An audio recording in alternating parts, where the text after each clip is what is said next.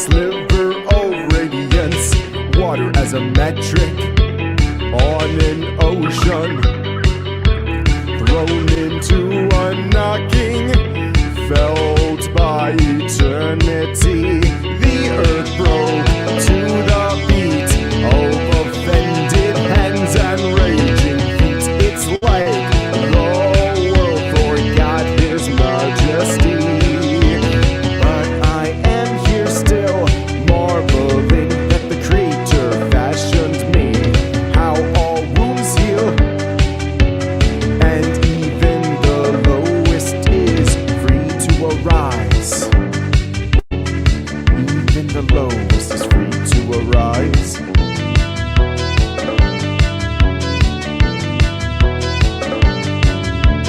If we just open the window, water and oil aren't separating me.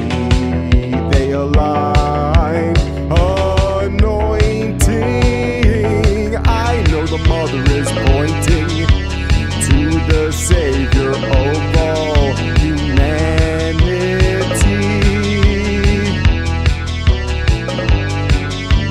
I know the Mother is pointing to the Savior of all humanity.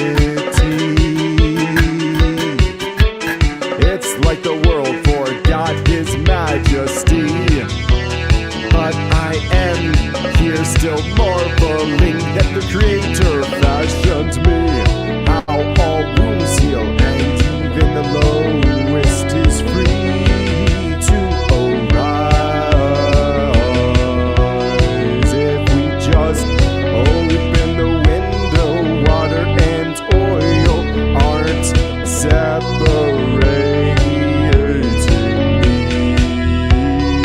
They align, anointing. I know the Mother is pointing to the Savior of all humanity. In the corner of my eye, locations fall on a sliver of radiance, water as a metric on an ocean, thrown into a knocking, felt by eternity. The earth broke to the beat of offended hands and raging feet. It's like the world forgot his majesty. But I am here still marveling that the Creator fashioned me, how all wounds heal, and even the lowest is free to arise. If we just open the window, I know the Mother is pointing to the Savior of all humanity.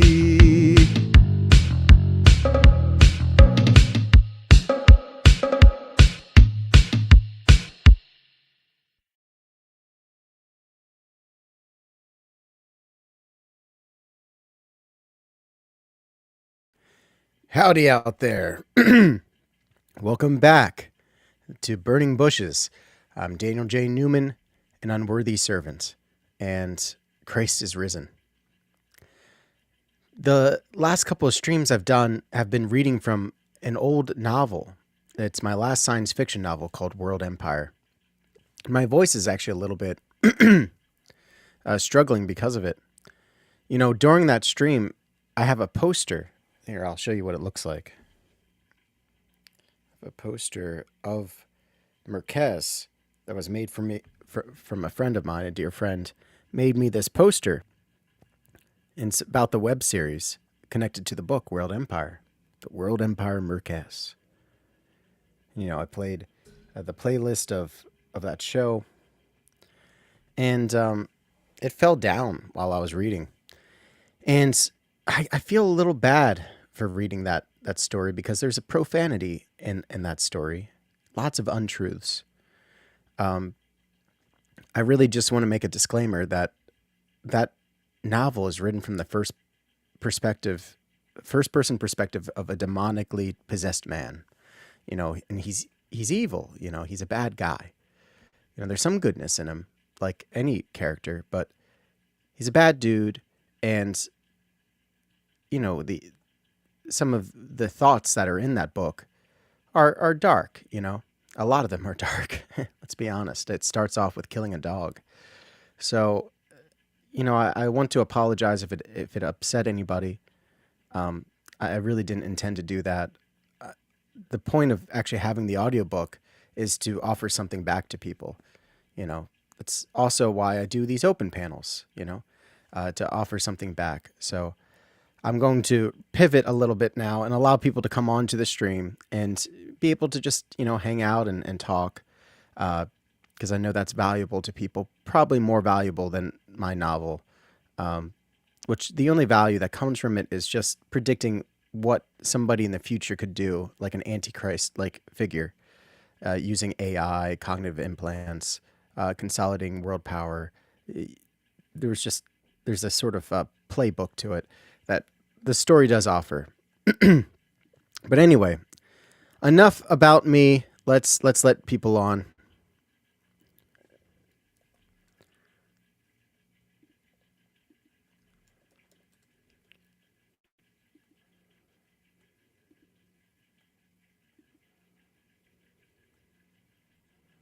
I'm going to pin this comment here.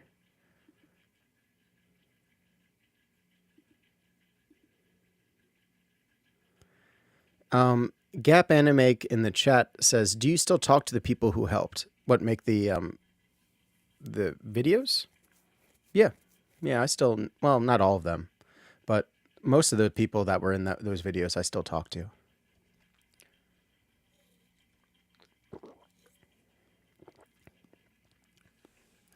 One of them is a mildly successful musician now. Yeah, the video. Mm-hmm. Yep, there's Genesis Lorraine. Let's see if I can pull her up.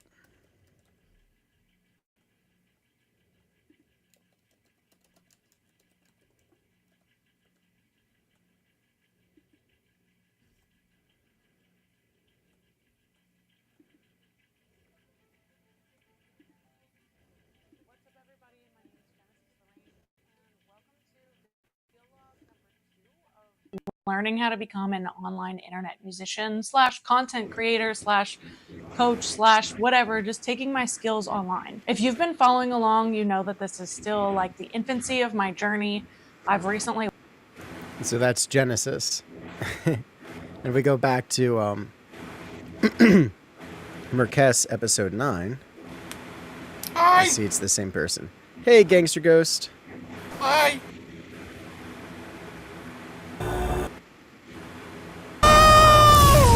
That's the same actress. Oh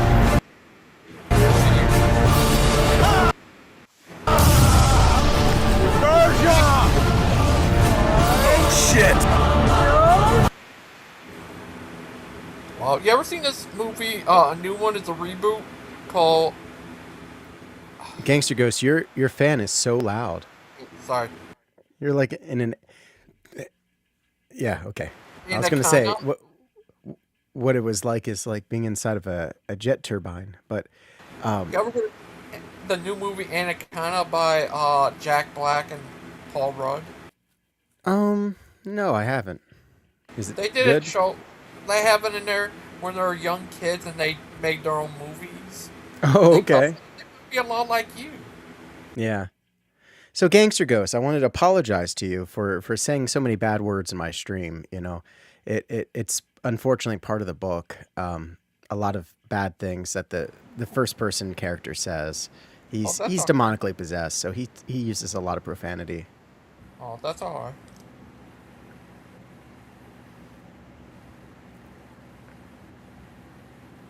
Oh, you're drinking water.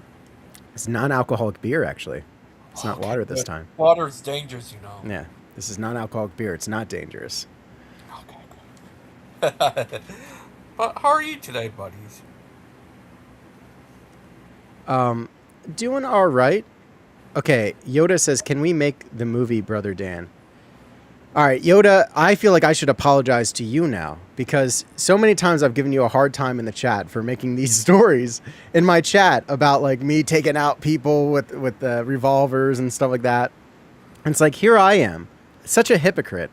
I've written a story about a demonically possessed man who's hates God, and he kills puppies and he kills all kinds of people.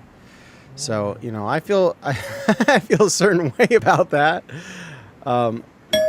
Looks like AJ's here. AJ!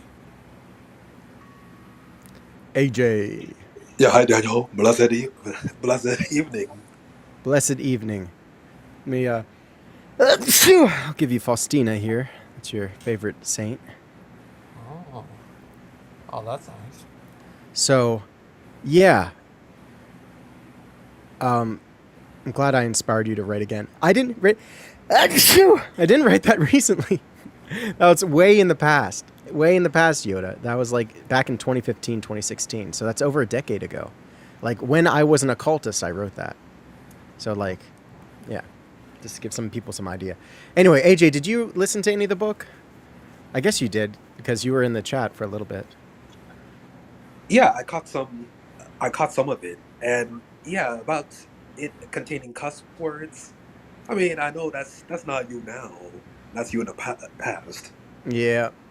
Yeah. It's like a little snapshot of me in the past. Oh, sorry about that. Yeah.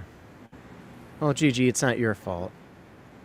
I said these words and I put them to ink, and you know, I thought about censoring it when I was reading it out loud, but I was just like, see, it's part of the character though. It's like it would almost sound kind of, I don't know. I felt like it wouldn't sound as good if I didn't just preserve the profanity, because all the other bad stuff is in there too. You know, Oh. a lot of killing. AJ's out of here. He says, "I'm out of here. I'm done with this." That's Oh, probably his sorry. connection. Oh no. Uh-oh. Who What called happened? trouble? Ah. Who called trouble? Here he is. Gap Animake. How you doing? Oh, I can't have anime.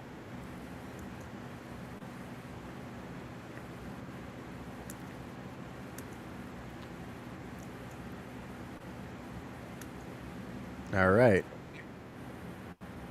Oh, uh-oh. You're in trouble now. But anyways, yeah, Go ahead, Oh. Gangster Ghost. it's just great. What you been doing all day about the TV?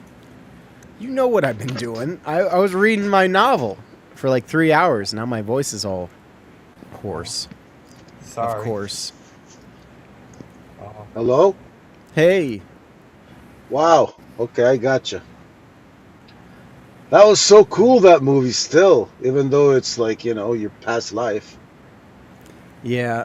Yeah, I think it was well done. It was a good like little college project. You're gonna be making some ortho bro movies? I don't think so, but maybe. I mean, my talent is writing, you know, and I'm What? That was like, okay at acting. that was pretty good, man. What? Come on, give me that. It was awesome. Very good imagination, little guy. Who, me? You both. All I do is think up stuff. Yep. It's the little things in life, like these shrimp. I thought Beans. I need to tell you something. Do you know what I Corny found out joke. happened with Steven? What happened with Steven? He broke up with Ken. With Ken? I thought he was straight. No, Ken Ham. Not Ken Hovind. Sorry, got it mixed up. They're not friends anymore. I mean, I thought Steven was dating a woman named Krista. yeah. I mean, they're not friends anymore. I mean, Oh, okay. it's about the stuff. So You know, Kent Hovind was who again? His pastor. Oh, okay. Well, Go get between Steven and his Sabbath. all right. Well, I don't really care about any of that stuff. But how are you doing, Gangster Ghost? How I'm you doing hanging in alright. there? All right. I watched a lot of your show. Yeah. What do you think about the story? What do you think about Bareik? Very imaginative. Very great. Very imaginative and stuff. You have good imagination, little guy. Yeah, what do you think about like the central themes? Like about him taking over the world, and do you think it was believable? Maybe. I can imagine it happened to, yeah. Oh, I want to ask you something. G.I. Joe did a similar trope, of the nuclear showdown. I felt bad after that happened because I was just like, man, my novel is like taking forever to finish, and like I see this movie come out and they kind of use like something that was a plot device in my book. It's just like, oh yeah, you can threaten the whole world by ransoming them with nuclear weapons, and that's what like I think Cobra Commander did. He was just like, I'm gonna blow up the whole world if you don't like just do what I say, and it's not exactly the same, but it's close enough that I was just like, man, that's gonna lose some punch. I But think the longer you wait to publish a book, the more you have a chance of like the things that you tried to make timely like won't be timely anymore. Like a lot of the stuff with the AI, it doesn't seem like very groundbreaking anymore because it's like, oh yeah, now people see Oh, what these AI are doing. I It's need like to. obvious now. You know this leftist group called Sun Paul Law Center? Supposed to go after hate groups? Turns out they're funding them.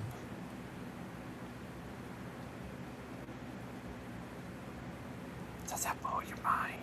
I um I got distracted by the comment, but what did you say? You know the Sun Law Pod Center? The Southern Law Poverty Center. Yeah, they're a leftist group. They Okay. go supposed to be going after hate groups. Turns out they were funding them. Hmm. Ironic. Yeah, yeah, yeah,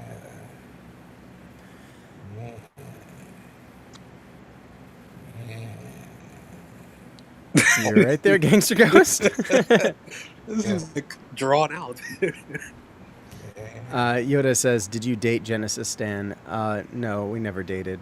I tried. She said no. First I name was is rejected by Genesis in a very kind way. what's her first name? Sega. No, Uh, no, that's her name is Genesis. It's a cool name. Sega Genesis. And that's why I preserved it in the script. I was just like, you have such a cool name. I'm just going to keep it that way because like Genesis sounds like it has, esoteric biblical type undertones to it. Like that's perfect for this. Oh, Skynet is Genesis. Oh yeah, so your that's character right. was like the Antichrist without knowing he was the Antichrist? So Bareik, he's like basically stepping in for Satan's plan. Like he just wanted to be emperor of the world, but he's like caught up in this like betrayal of this demon to Satan. And so he's trying to like, basically his plan is like to do it before Satan can. And so he's basically falling into the same sort of like shape of the Antichrist, but he isn't necessarily the Antichrist because he doesn't have Right. Satan inside of him. Oh, that's So like Satan in the story is like very upset about that, and is trying to kill him. So he's got like multiple enemies. He's got enemies from hell. He's got enemies in the world, and he's also got like AI now being an enemy. So it's just like a theme in the book. Is like no matter how much he keeps trying to control power, like more and more forces come against him, and it's never going to be enough. But like that's the pacing of the story is supposed to kind of keep you on a razor edge where it's like a lot is happening in the plot constantly, and a lot of like just deception that you're supposed to work through as the reader to figure out like who's telling the truth here. Like one thing I hope that people don't miss is that Bareik, he like makes it out to be like these other emperors were trying to take over America, but like he was the one who ordered that. And so Yeah. he's like constantly like lying to the people in order to get what he wants. Could I ask you something about like, were you doing all that magical stuff yourself when you were doing this movie? Yeah, oh. yeah, pretty Yo, much. wait, I was, yeah. Oh. Do you ever put spells on people on Halloween? Yeah, I don't really want to get into it, Oh, but sorry. yeah, I was a bad guy. Oh. You're a good guy now. We're all proud of you. You did good. Yeah, that's in the past, GG. Yeah, I've confessed for all that Cheers. stuff. So. You're a good guy now. Cheers. I'll use my non-alcoholic. You drink your full alcoholic. It's only 4%. It's water. Oh. Don't drink water. Actually, Coors Light is 4.2%. Oh. Or is it Not in Canada. Oh, in Canada it must be 4. Okay. 4%. Yeah, actually, different regions do have different ABV levels. Eh? Right? I used to be a reviewer of beer.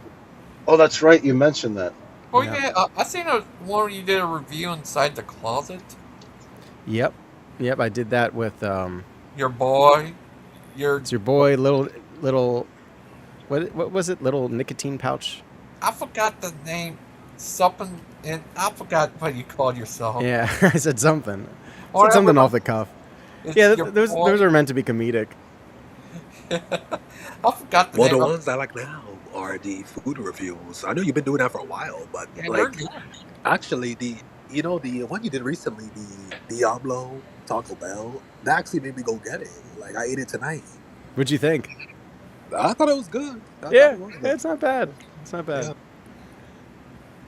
Can I say something? I feel bad today. Something happened today to me, man. What happened? Like there was a Muslim guy talking to me.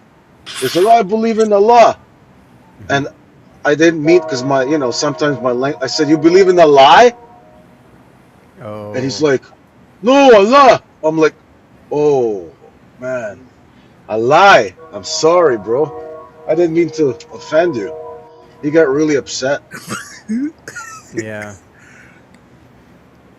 Not Yep. supposed to do that as Christians, but I didn't mean to. It just came out like that. Oh, that's all right. We forgive you. I've been worse. Just recently on the Eastern Thomas panel, he had a Muslim come on, and it's like, I took a few shots that went over his head, but like, he was talking about like, oh, to be a good Muslim, like you need to never like steal, and you can never kill, and you can't do bad things, and if you do, then you need to ask for forgiveness. And I was just like, oh yeah, like the Hagia Sophia that you guys stole. And then he just didn't respond. He had no idea what the Hagia Sophia was. So it was just like, okay, it's better that he didn't catch that insult, because it isn't the right thing to do. You're supposed to show kindness to everybody, and even if they believe very wrong things at the time. Well, what would you do if you went back in time as Muhammad Newman? He took Muhammad's place.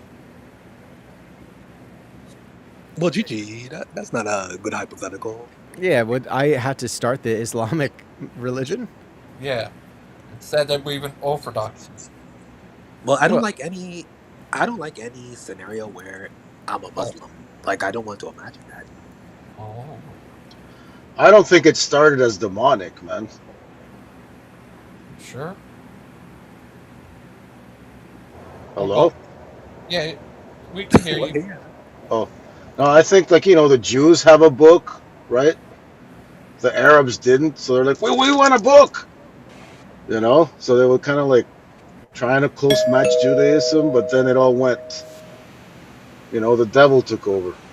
I don't know. Maybe I don't know anything about Islam, man. I'm not Yeah. qualified. Hey, Dan. Yes. Dan, what would you do if you had to go back in time and be Satan? Yeah. Well, I haven't really thought too much about it. I guess I wouldn't rebel against God. What if, Dan? What if all your toes were spoons? Yeah. I would use them to eat cereal. Well, Cousin Dan. I'm joking. Sorry. Oh, Dan. Dan, what if your fingers were Cheetos? Would you eat Yeah. them, or would you try to hold on to them so you could use them? I think I'd try to hold on to them as long as possible, but as soon as I wash my hands, they'd dissolve away. What if your Cheeto fingers grew back? Would you eat them then? Yeah. Yeah, if I was hungry enough, I guess. Wouldn't that be cannibalism? Yeah. I'm just asking Logan questions Had here. This the sterling discussion of the show. You know? Oh, hi, Badger. How are you today, little guy? You're an adorable little guy, Logan. Oh, thank you. God bless you. Cousin Dan. What did Tar Baby say? He said, "Hey, Gangster Ghost, would you ask Dan if he used magic spells to get women to like him?" And then he said, "Jess will ask." Yeah. What about it? Did I try to do that? Actually, no. I think I had like a pretty clear moral. I had some moral frameworks to what I was doing, so I was just like, that's against free will, and she wouldn't really love me. So like, I never try to do stuff like that. We ever turn people Is it a harm principle thing? Like do like magicians believe in the harm principles that like Marxists believe in? It's like depends on who you are. Like if you're a Wiccan, they believe in the Reed, which is like do whatever you want unless you hurt anybody, and if you do, then it's like 3 times worse back to you. It's like a stupid rule that like most magicians made fun of because they're just like, well, that's you just limiting yourself, like you're just cursing yourself basically. But like in the Golden Dawn system that I was in, like they believed you could hurt people in self-defense, but like that's very flexible. Oh. What if someone tried to turn you into a frog? What if someone tried to put a curse on you where you had Cheeto fingers that kept going back? Yeah, I would have to like do a reverse Uno on them. I'd be like, no, you're gonna have the Cheeto fingers. No, it's all stupid. It's like it's just a ways for people to think they're more powerful than they really are. Yeah. Sorry about that. Dan, what do you think about Gavin Ortland? Yeah. I don't know much about him. I know people talk about him constantly. What do you think of Ron He's DeSantis? like, Gavin Ortland's like obsessed with Orthodox people and proving them wrong, but he won't debate Jay Dyer. No, I don't blame him for that. I don't want to debate Jay Dyer in anything. Even things that I know to be true. Jay Dyer debated a flat earther guy. Yeah. I'll debate Jay Dyer. Jay Dyer just recently debated Captain Tars or whatever, the guy that's he's come on the show. Remember when John Tesseract, Captain Tesseract. Tesseract, yeah. Oh yeah, I'll never forget that conversation. That was really funny watching him try to debate Jay. I will debate Jay. I would love to see him do it. He would just hang I up will. eventually. I'll do that. No. As soon as he starts talking, I'd be like, "You're right! Orthodox is the true religion! I could, yeah, that's what I would do." And then he'd be like, "So I don't understand what we're talking about. Why are we even having this conversation yet?" Well, you just converted me, bro. Well, congratulations. Go to an Orthodox church, find an Orthodox priest, and become Orthodox. That's what he would say. I see one where he had long hair and glasses. He was like a hippie. Oh, I love to see him debate Bruce. That'd be the greatest. Well, Jess, I mean, he does the same thing with Catholics, like Gavin Ortland, the way he talks. And one thing I would say is, it's funny because in the way he thinks about ecclesiology and how it points to Protestantism, it's like Redeemed Zoomer saying Presbyterianism is the original church. The Presbyterians got it right. I'm like, I'm not sure how they put the pieces together. It's like putting a square into a circle, like those toys. That's what exactly is happening. Yeah, Father DeYoung and Father Damick, they were. What did they say? Oh, such a burn. He was talking about Protestants and like he was talking about Catholic Easter, and he's like, yeah, the Protestants don't want to listen to the Catholics and are so anti-Catholic. Yet they use the Catholic calendar. Exactly. Oh, what if Bruce debated Jay Dyer? He'd dismantle him in like moments because Bruce can't actually he just has to keep going back to the same things. So it's like it's a cycle that he does where you prove him wrong, but then he just doesn't believe you. And then he just goes back and like does something else, and it would just be Bruce not listening to Jay, giving him a whole bunch of really good contextual information about Scripture and what it means, and Bruce being like, "Well, yeah, you're a man-made religion." That would be Yeah. funny. He's like, you baptize babies. Stuff like that. Yeah. Well, that's in scripture, so I mean, as a Catholic, I think it's really what I like him debating. you got to dunk them all, man. We have to baptize. Baptize the world. Yeah. It'll be a flood. Dan, what if your fingernails grew like 5 inches a day? Would you Yeah. ever get tired of like cutting them? I just cut my nails today. Yeah. And I would Why? get tired of that because I don't like cutting them. Why? Yeah, it's just tedious. Why? It's like doing anything else. It's like doing chores, you know, like just But you doing can- your laundry, doing your dishes, You Dan, can taking take- out the trash. Dan, what would you do if every time you were on stream there was a crazy little guy that just asked you random questions that didn't make any sense? yeah. I put up with it, especially if you had a good heart. I'm not that little, man. That's funny. Dan. Yeah, that's your videos. So always remind me of that Do more? in that movie, Anaconda movie with Jack Black. They made an old kid. They had it where they made a movie when they were a kid and stuff. That reminded me Yeah. a lot like I know, yours. but I can't. Well, when I was a kid, I made lots of homemade movies, like lots of them. You saw like something that was pretty polished. I mean, fairly polished. There was a lot that had to be fixed about it, but You need you to know. make one with clay. we live pretty far away. You need to be close to make these things. Well, Yeah. here's a Dan, movie- when you read your story that you're reading, you should just keep changing outfits. Like the first one, you're kind of like Little Red Riding Hood, so then you could be like the big bad wolf. Mm-hmm. You just keep changing to different like random fairy tale people, Yeah, I got something else that I could probably do that's a little bit like that. and then just throw a curveball and be the Monopoly guy one day.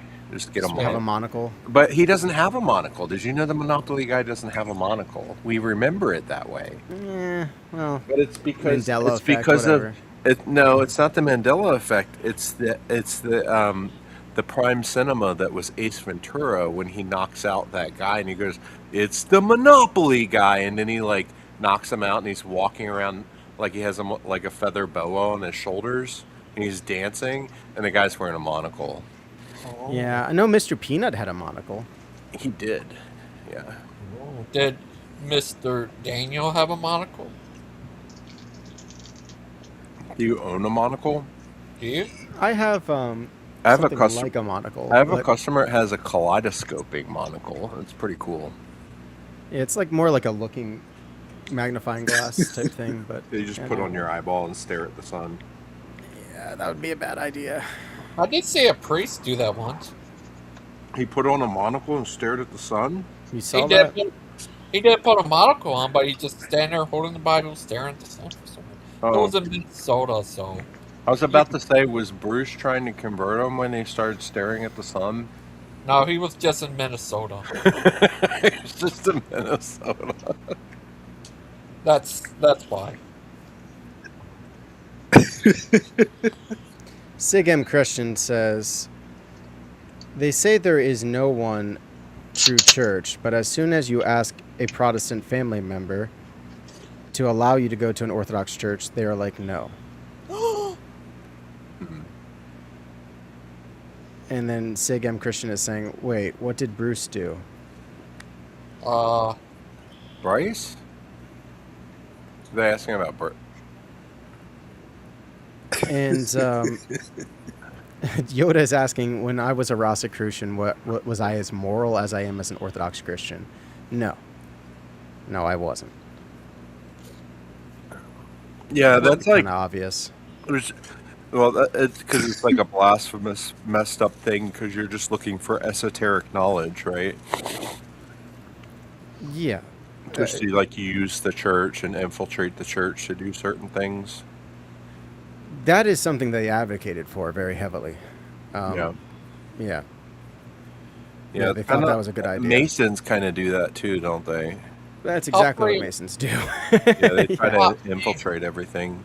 I saw Yeah. some. Oh, someone's the ultimate free guy. He's Freemason, free grace, free will, free Willy. Yeah. Dan, would you be Bruce's brother-in-law? Yeah. And when you Um, finally marry his sister. Yeah, if you married his Catholic sister and got her to convert to Orthodoxy to like make Bruce double mad, but would you be his brother-in-law? Yeah. if that's what happened, if I got married to Bruce's sister, which I'm not saying I would, then yeah, I would have to accept him as my brother-in-law. But I already think of him as my brother in Christ, you know. Would you let him call you whenever he wants to like complain about how you made his sister Orthodox? Not all the time, but I'd allow it like once a week. Once a week, we Once a set week, you a just time. let him vent about your orthodoxy. I'd be like, "All right, Bruce, you got an hour. Would you Let's see it hear as a penance? And would you do that right before or right after going to confession? Probably before, yeah. You still remind me a lot like Father Chuck. Who does? You. Okay, You don't look like him. What if you are him? I might be. Yeah, let me go check. See? I think he is him. We don't know it. We don't know it. Right, Gigi, guys? I think you've asked this question like over 100 times already. Oh. And, I forgot. But Badger, you asked it last year too. I did? Yeah, multiple times last year as well. Oh. I still think he is Father Chuck. I think he's like Father Chuck who is from the past. No, he's not. Gangster Ghost. So what? Are you Orthodox too? I like all three.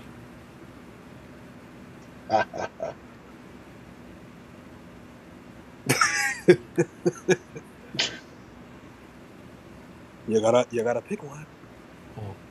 I like all Logan, three. What? Logan, what would it take for you to kick someone off your channel? Like how far would they have to push you to get you to kick them off your channel? Oh, well, I know that answer. Basically, they would have to affirm the transgender 100% all the time. Yeah, and they have to be rude to Sandman. No one's rude to Sandman. But, like, yeah, I think in all honesty, Jess, I think that's the answer. Because if you look at what happened with, I already forgot his name. What called him? Gaiden. Oh, Aiden. Oh, yeah. That's why Aiden was, because he's all in that. That's why he's not on there anymore. Because if Bruce, I feel like if Bruce was that, then I don't think he'd be on Gigi's show. I stopped going there. I don't go on his channel again. Yeah. Everybody here's got a channel? I don't really stream anymore. No. He thinks he's too good to stream. Me? Yeah. No, I'm just too busy working all the time. Yeah, working on not. I'm thinking he's too good to stream. All right, I'm back. It turns out I'm not the same as Father Charles. Well, you look like him if he was 15 years old.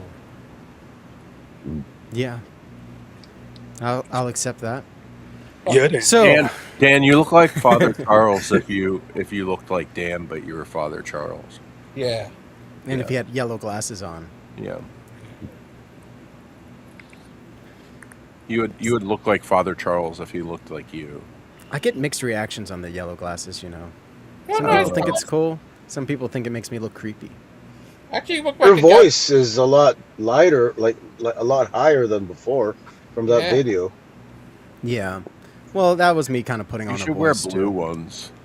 Can you do it again for us, bro? Can you talk like that? Listen, man, you just need to calm down, okay? Ben, you need to open a portal now. You need to teleport my things. Yeah, I can still do the voice. Oh, Ben. Yeah. What's the guy called? Ben 10? Ken? I never watched Ben 10. I was a little past my time. I don't know. I thought on Fortnite that you could buy it on there for some reason. Yeah. You know, my angel Gachi has ascended to heaven. Yep. What, to After 8 get- days. What, to get kicked out of heaven? No, they've passed on, even though they already were passed on. It's strange in the Tamagotchi world. I don't know what what that's supposed to mean. Are you a Is there any Tamagotchi? way to get banned from the Tamagotchi world? Yeah. I guess if you're really bad, Like, are there racist Tamagotchi collectors? I feel like that's the ultimate like sin in Tamagotchi world. well, like the Tamagotchi paradise is like all about evolution, and it's like you're supposed to interbreed them, and you can. Oh, There's like can you- 50,000 characters. I remember those ones where you could like. I remember there was these ones that were like dinosaurs and monsters and stuff. Digimon. Was it Digimon? And like Yeah. you could plug them Digital into monsters. you could plug them into each other and they would fight. Mm-hmm. And whoever like had the best one, their guy would win. Yeah. Who won? Yeah, Digimon is actually made by the same company as Tamagotchi. Bandai Okay. makes both. Tamagotchi Can you started buy to. Digimon? I'm totally gonna get a Digimon and get my son one, and then we can make ours fight. Dude, right now on Amazon, you can get the latest Digi device for like $13, and it's actually like a Fitbit. So like, it's actually like somewhat useful, where it'll actually track your steps and like check your heart rate. But it's got a digital monster in color screen. I got myself one as soon as I realized it. I was like, what am I doing with these Tamagotchis when there's Digimon?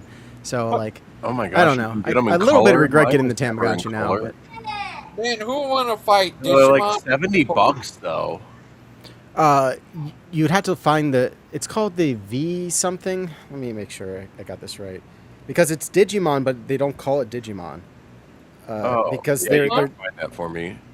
they're tying in other franchises into it, like Godzilla and stuff, and Batman. They have Batman on there too. Let me Who tell wanna you. fight between Digimon I and remember I had one, man, and mine was like just rocking everyone else's, but then some kid down the street just killed my Digimon. It's called Vital Hero. Digimon Vital Hero. Okay. And right now you can get it for $13.99. Oh, nice. How about that? Is this an actual like gadget that you can buy? Yeah, it's a little Fitbit that has a monster in it. What the heck? Look at that. And it's like it's the latest Digimon device, and they just have these things on sale. I don't know if they're coming out with a new one soon or something. I don't know why they're doing that, but Dude, it's that's pretty cool. Oh, who want to fight Digimon versus Pokemon? So that's a really interesting question, because they are like kind of competing franchises. And I would say the Digimon would win. Oh. So What you about can get different cards that you plug into the There's- tracker. You can do that, yeah. I got 2 of them. So like you can get a pack for like so cheap. That's like so $6. crazy. Yeah. Wow. Yeah, I snapped that up too, because I was just like, yeah, I don't know how long because so what ends up happening with a lot of these devices is later they're going to actually be worth a lot more money, and the collectors like will pay. Well, yeah, I anything for was just these. looking at the one I had when I was a kid, and it's worth like $80. Mm-hmm. That's crazy. Yeah, collectors are crazy about virtual pets. That's why, like, I had some, and I was just like, I'm going to open these things up because I'm not going to end up selling these things. I might as well just play with it. Because I'm such a lonely man. I need to have a wife Say and it like kids. Don't say it like that. You're not lonely. What That's if true. you I got the started Trinity. playing Pokemon Go or something, and that's how you met your wife? That'd be hilarious. Be great if I. You know what the Bible says, brother? Better be alone in the desert than with a nagging wife. So you better pick The one that Bible doesn't doesn't nag. say that, Gap It does. Anime. Proverbs. Say It's that. better to sleep on the roof. Proverbs, bro. Is it on Proverbs? Yep. Is it on the Proverbs guys channel? No, the Bible. Yeah. No nagging chapter, wife, man. Chapter and verse. Chapter and verse. Come on, take it easy. I'm not an apologist, man. I read it. I know it's there. Well, you know, Dan. Sounds, okay, just- you know what it just look sounds up. like, Afghanamake? It sounds like you're making stuff up. Okay. We'll Type in find the it. phrase and let's see what. It's better to sleep in the desert than with a nagging wife. I'm glad my wife is like. What if about a passive aggressive wife?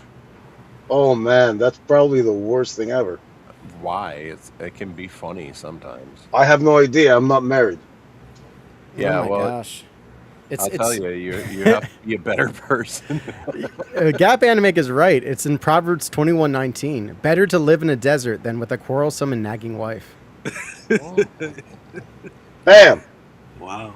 And the desert's apparently supposed to be full of evil. In the desert, Chaotic. with a horse with no name. Better than a wife who nags me all the day. In the desert. You can't remember your name. New King James Version says, better to dwell in the wilderness than with a contentious and angry woman. Oh, that's something Brother That's the Pike version I like. I can agree with that to an extent, though, because there are some of them that are just straight up contentious, you know? I figured that wasn't in the Bible, but I guess it is. That's what I mean, brothers. Brothers, Well, the Orthodox Bible brothers. doesn't just always just say, just be nice, Dan. Just let him in. Yeah, that's something Brother Pike would say. That's actually something that's in World Empire, too, is like this. Number one, there's an immigration from the demon world to Earth. And there's also like this idea that like America is greedy and we should be sharing everything. And it's like, Yeah, let's all be Cubans. We're holding everybody back by being so like selfish, you know. So there's a lot of like that sort of That's wrong, man. woke Selfish? stuff in there actually. Aren't you? Everybody's different, man. When I was back home, bro, life was different. Like it wasn't about getting and becoming and the American. You know, when we came to Canada, we had to compete. Otherwise, you're on the ground. You got nothing, right? But back home, you don't have to compete, man. Compete for what? There's nothing here. Have a good time, you know. Just hang out with your family, eat some mangoes, do some tortillas, have family. You know, there's nothing there to. Just walk around and pick up the mangoes off the ground and just stuff them in the freezer. What freezer? No, I had a friend of mine that he lived in Cuba, and they had a freezer, and they would just throw all the mangoes in the freezer and make ice cream out of them. Wow, they had a freezer? Yeah. Holy schmoly! Them you're the rich kind of Cubans. I don't know. Mexico? Salvador. We weren't poor, man. I'm just saying, like, you know, we had, I guess, more American stuff than the rest. That's just the way it is, right? America's a big influence in the world. Yeah, but all the stuff. I mean, I had G.I. Joes, I had my Thundercats, I had my Nintendo, and my buddy beside me had the same thing. We traded cards. Baseball, for heaven's sake. Like, baseball cards. I don't even know who this guy is. Whoa. Okay. Yeah, he looks cool. Yeah, I'll trade you. Right on, man. You know, it was like we were like tiny little America. You know, but I'm just saying it was still a little bit different. Yeah. Like there was less stress to you know. Lena get Moon going. wants you to answer this Gap Animik, I'm pretty sure. She said, would you like to come down to breakfast and go to break your hard-boiled egg, but she gave you a raw egg? I'm not that smart. I don't get it. Would you like How would Why- you feel? How would you feel if you didn't eat breakfast this morning? I did not eat breakfast because I'm a fat lard. I haven't eaten all day today, so I'll probably eat tomorrow. Oh. Okay. I don't really That eat. Like answers I'm a not. lot for me, thanks. I don't have. I can go days without eating, man. I don't have that problem. And I'm actually fat. So how does that work? That wasn't the point of the question. No, it's not that I can't. You're breaking up. That's the problem. No. Said it, okay. That wasn't the point of the question. You're breaking up. Wow. Hello? Can Could you hear go- it? Wait. Can the rest of y'all hear me? Yeah. I can hear I you. can hear you. I got you. I can hear you now. Okay. That was your phone then. Yeah. Yeah. I was saying that wasn't the point of the question. Go ahead. What was the question? Like, If how would you feel if you didn't eat breakfast this morning? How would I feel? Yeah. That's the question? Yeah. How would you feel if you didn't eat breakfast this morning? I feel great. I didn't eat breakfast this morning. I have a lot of energy. Awesome, man. That's great. I envy you in some ways. Sorry. Who, me? Yeah. I'm good. I've learned you know, Are you I, fasting? Dude, it's I, so I, funny. It's so funny. I go on like trials. Like I'm not Orthodox, and this is what I like about Orthodoxy, is Mhm. that if you are really a observant Orthodox, it's good, like fasting, right? I like that kind of stuff. I often fast like the Jews, but you know, I'll go like fast, you know, Yeah. and my Did, mind is clear. I'm good. did I No tell you ADD. all? Did I tell you all I'm now 5% Ashkenazi Jewish? You keep going up. I keep going up every time I check. Yeah. Oh, Is it as you acquire more money?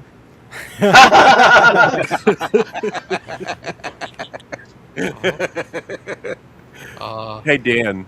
Yeah. Whoa. How'd you feel if you didn't eat breakfast this morning? Well, let me think what I had for breakfast. Oh yeah. AJ, do you know the question and what it's for? I think I ate like maybe some sweet bologna, I think. Mhm. Yeah, I think I had something for breakfast. It wasn't a very ornate breakfast. Yeah, the thing is, like, I don't have a wife. So, like, the question doesn't really apply to me because, like, I think that's the nature of the question is, like, if your woman gave you, like, a raw egg instead of what you were expecting, which Oh. is a nice breakfast, you know, how would that make me feel? I don't even have that experience. It's always just me. It's just me. It's like, what do I want to eat? What do I got? All right, Okay. I'll eat this. Okay, so AJ, did you know what I was getting at? Do you know With the the- question? The with that diagnostic question of that, yeah. I believe I got what you were saying. I think it was like just implied. I could pick it up. Yeah. Well, it's funny because there's certain types of people like that goes, and it's a good question to ask somebody because some people are so literal and pragmatic in the thinking, but some people, like, if you ask them, how would you feel if you didn't eat breakfast this morning? Typically, someone who's like thinks about how other people feel, even if they did eat breakfast, they'd be like, I guess I would be hungry if I didn't eat breakfast this morning. I guess I would have been hungry. Yeah. I still don't get it, brother. It's Yeah. it's a diagnostic question about being able to step into a hypothetical. Oh, that's nice. And there's a lot of people that can't think in hypotheticals, and if you there's a lot of people that literally will take even some of the stuff Christ said and the parables that he told so literally that it goes right over their head. Oh, I can think, Wait, I've been guilty of that. Yeah, I can think like that. I've been guilty of that. yeah. I ask like that. Like I asked Dan what he would do if he fell into another dimension, and he was Mohammed Newman. Yeah.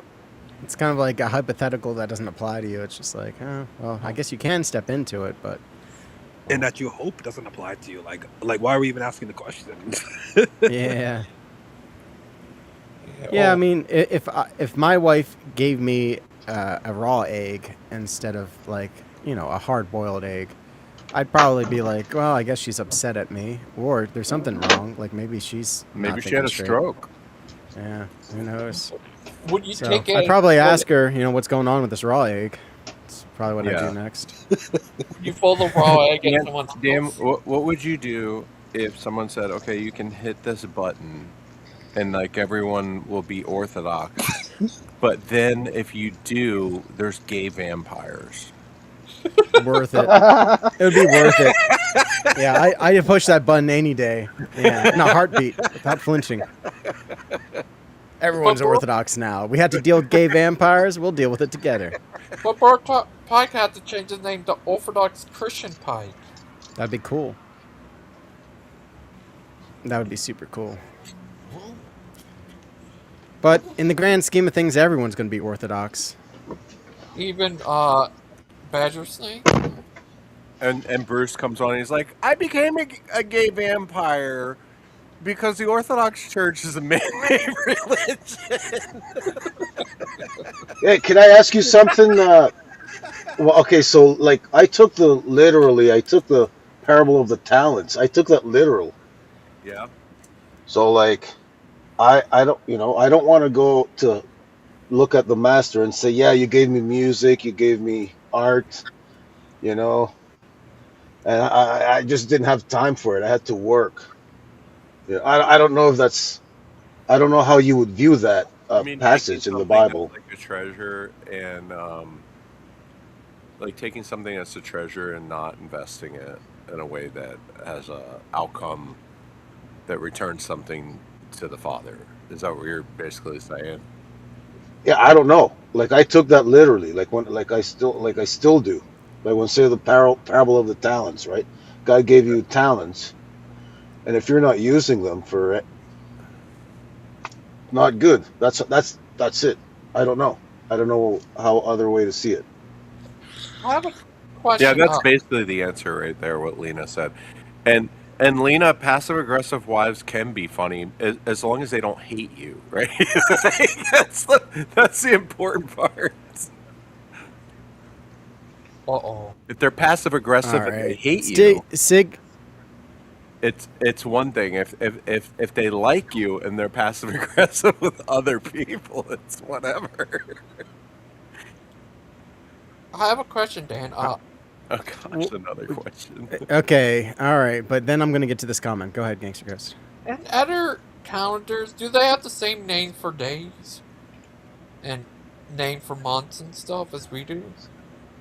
It depends. Like in Russia, their name for Sunday is the Lord's Day. It's actually like in the name itself.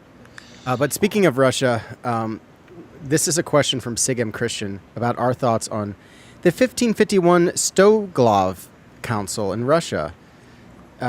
So here's this. This is where the Old Believers schismed out of. So they sought to regulate internal church life, standardize ceremonies, and eradicate non-Christian folk customs. The resulting document was organized into 100 chapters that answered questions from the Tsar concerning various church matters. And this included proper iconography, the sign of the cross, clerical discipline, and monastic land ownership.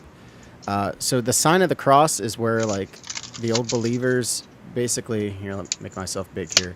They used to use 2 fingers like this to cross themselves, where it's standard in Orthodoxy to use 3 fingers. And that's always been our tradition. But in Russia, they weren't doing that.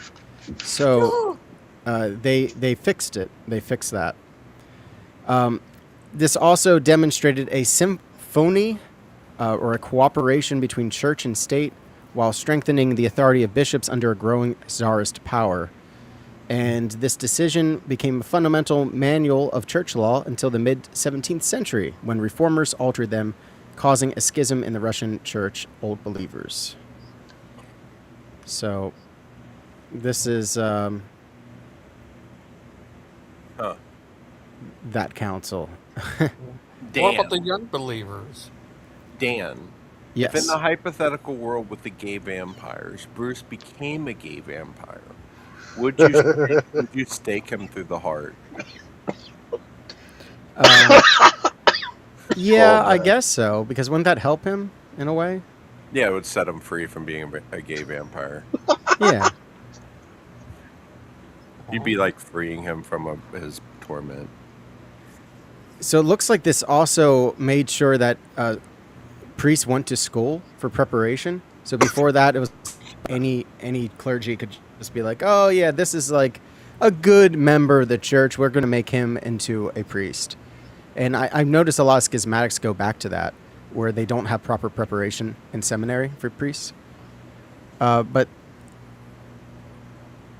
the church authorities took over activities of book writers, icon painters, and others. They should say icon Russians writers. are also weird about taking the Eucharist pretty regularly. Like they come up with a bunch of weird rules and reasonings to only take it a couple of times a year or so, or like only right after confession. Like very extra about it. Yeah, the Greeks are kind of like that too. Yeah, I'm not a fan of that. No, it was a corrective in America to make sure that everybody takes the Eucharist like all the time. There's a canon that isn't used strictly speaking, but it says that in it everybody who's in the church has to take the Eucharist. Nobody's allowed to not take it. And What of if it was- course, we don't apply that to the catechumens and the inquirers, but it's and also like there are people who will abstain for reasons, and sometimes it's blessed by the priest. Like the priest Yeah. might actually say, like, you shouldn't take communion until this. You know. You definitely, if you're like mad at your spouse or something, you definitely shouldn't take it. What Yeah. if you're Bruce and he came in to see what it's like? You can't take it.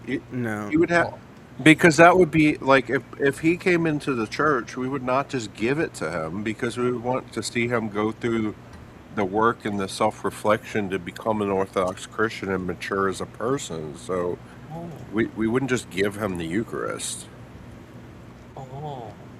Yeah. Nobody's worthy of taking the Eucharist, but like we deserve for the dignity of the person that like the vessel. Like God is merciful to us, I believe, but like you should be preparing yourself for that.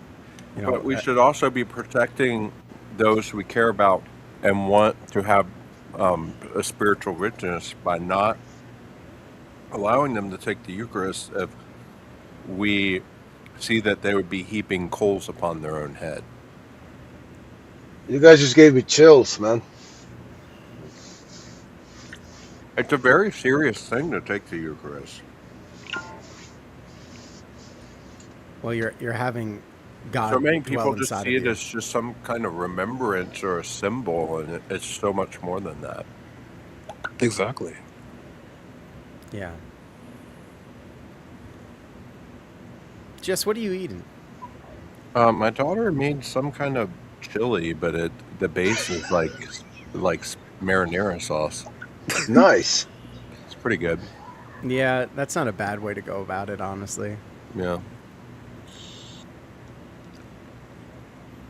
Not too bad. It's nice. She cooks a lot. Hey, glad that Donald Trump didn't get assassinated. Yeah, that was interesting, right? It was a little disheartening to see so many public school teachers like lamenting that our president wasn't assassinated, but you know. School teachers? Yeah, school teachers like saying, "Why did you miss?" and stuff like that. That's Who the are leftist. these people? Just like leftists. Do you know that? Did you hear all the stuff about the Southern Poverty Law Center? Yep. I was Gangster talking Ghost about was talking about it. Yeah. Yeah, and they were giving money to Nick Fuentes and like the KKK and like neo-Nazi organizations, and they funded Unite the Right. Yeah. Making their own enemies. Yeah, well, I mean, so yeah, isn't that interesting? So it's like, hey, we're here to stop racism, but wait a minute, no one's giving us any money because there's no racism to point at that we need to stop. Let's create some racism so that we can get money to stop the racism. Wow. Racist. Reminds me racist. of a move by our greatest ally when it came to Hamas. Yeah, just like you. Yeah. Oh, but Dan. Yeah. Yeah. Did you What just would- call me a racist, Logan? Who, me? No. No, Logan said just like you, and I'm like, okay. No, I'm not saying that. I have to confess, I'm a little racist. I think everyone is. If you notice differences between cultures, you're kind of racist. Like I do. I'm Like not. I prefer I'm not my a own. racist. And you I definitely. prefer my own bean eating. But it's you know? only against 5% of yourself. Yeah, like there's a lot of white girls here. They're beautiful. hate They love me, man. No, Hold on, sorry. lady. I gotta have my fat, chunky, bean eating, house cleaning that loves doing that kind of stuff. That's what I'm gonna. Beautiful white girl, no good for me. No good for me. I Yeah. apologize, man. I did celebrate the myrrh-bearing women yesterday, Gretchen. Got it. Yes. My priest, Father Seraphim, he calls all the like women that he likes at the church, he'll be like, "Oh, it's the myrrh-bearing women," and it's like they're always like, "Oh, stop." The It's apostles to the apostles. it's Yeah. so sweet.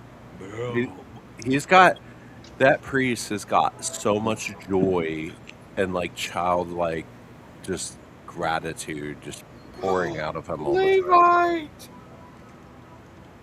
Oh, Levi, would you like to? You go into that monastery, Levite? Yeah. Do you Yeah. have? Yeah. Let's ask him more. Like I'm Levi, going what to if be your the first. fingers were Cheetos? Like, let's actually No, like I'm discussion here. I'm going to be the first. I'm going to be the first married monk. Devin's going to be the first married nun. Oh, that's nice. Oh, Isn't that special? Technically, you wouldn't be the first. You wouldn't be the first married monk. Wouldn't be the first. Because they've Okay. No, I know. I just thought I'd say that. they've had that in the Orthodox Church where like I've seen the that. husband and the wife will actually become monastics and they'll never have sex again, but they're still married. Yeah, Wait a minute. We have to talk about You this. stay married, but it's just like it's that. And I They heard need of to change that rule. well, there were two people. I think it was in Syria, because it's an Antiochian story, but like basically they were on the verge of getting divorced, and they were older, and they were done working, and they didn't want to be with each other, and their spiritual father advised to just become monastics, and they did. Yeah. It's a pretty cool solution. They like lived right near each other, so they would visit and have lunch with each other and stuff, and they were still married, but they lived their life, the rest of their life as monastics. I like that. Yeah, It's way better than a divorce. Yeah. It's like you're getting off and going and doing your own thing and not aggravating each other and fighting anymore, but you're also still kind of doing the same thing and going in the same direction. Like it's interesting. And they were too old to have children, so I feel like if you're young enough to have more Christian children, you should not be allowed to do that. Why? Because you should be having Christian children, so there's more Christians in the world, Logan. Oh, okay. Well, would you like to talk to Steven? I see I could get him on my show next time. He's I an don't know. excellent guy. Who is he? He's a Poverty guy. He used to be a Hebrew roots as well, but not anymore. No, thank you. Well, it's just that the last time I tried talking to somebody, I ended up getting in debates with people, including Bruce number 2. Yeah, can we not have like debates on here and just like talk to Levite about visiting a monastery? Yeah, I want to go. I want to go. I'm going to a monastery Wednesday through Saturday. Are you going to Holy Cross? No, St. Tikhon's. Nice. I'm happy for you, man. You really, with everything that's going on in your life, you need to get away and do that. So I'm happy. I think so. Yeah, I think a good And personal at some spiritual point, pilgrimage. maybe mid to late next month, I might be able to meet up with you if you want to come to Holy Cross over the weekend. We could meet. It could be fun. Oh, that'd be good. Yeah. That'll be great. Would you guys ever go to Epic Universe?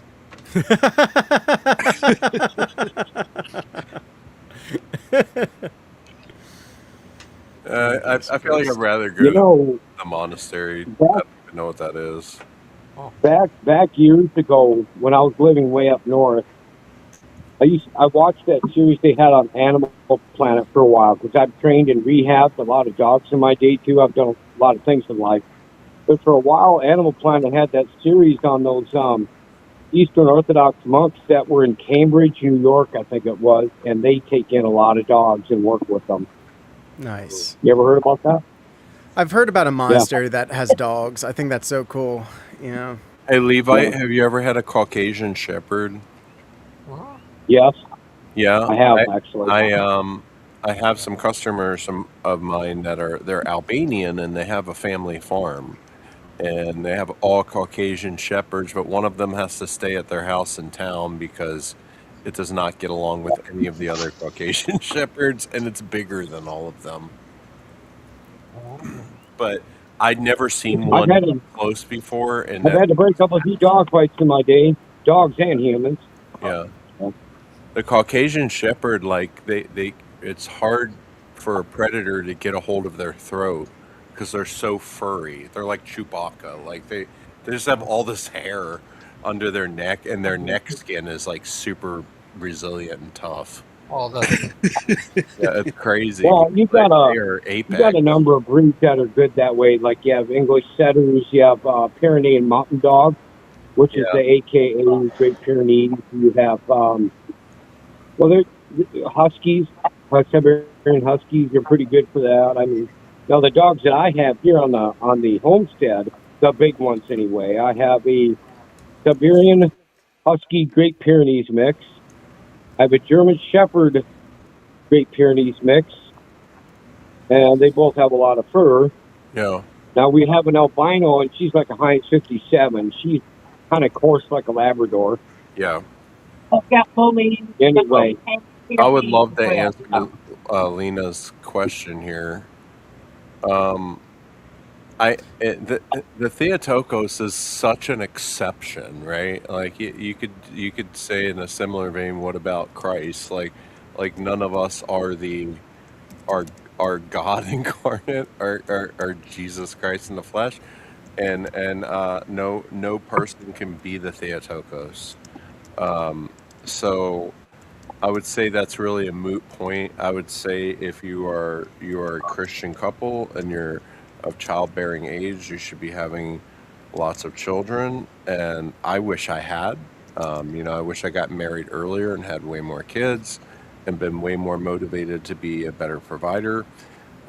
Because raising good Christian people and bringing them into the world so that they have other good Christian people to marry, having that going on is important, because the way the West works, like they're trying to psyop everybody into thinking being anti-natalist and not wanting to have children and not wanting to have big Christian communities. I mean, the Catholics definitely get it right. I mean, the Orthodox too, like cradle Orthodox, they usually have big families, right? But like the Catholics get it.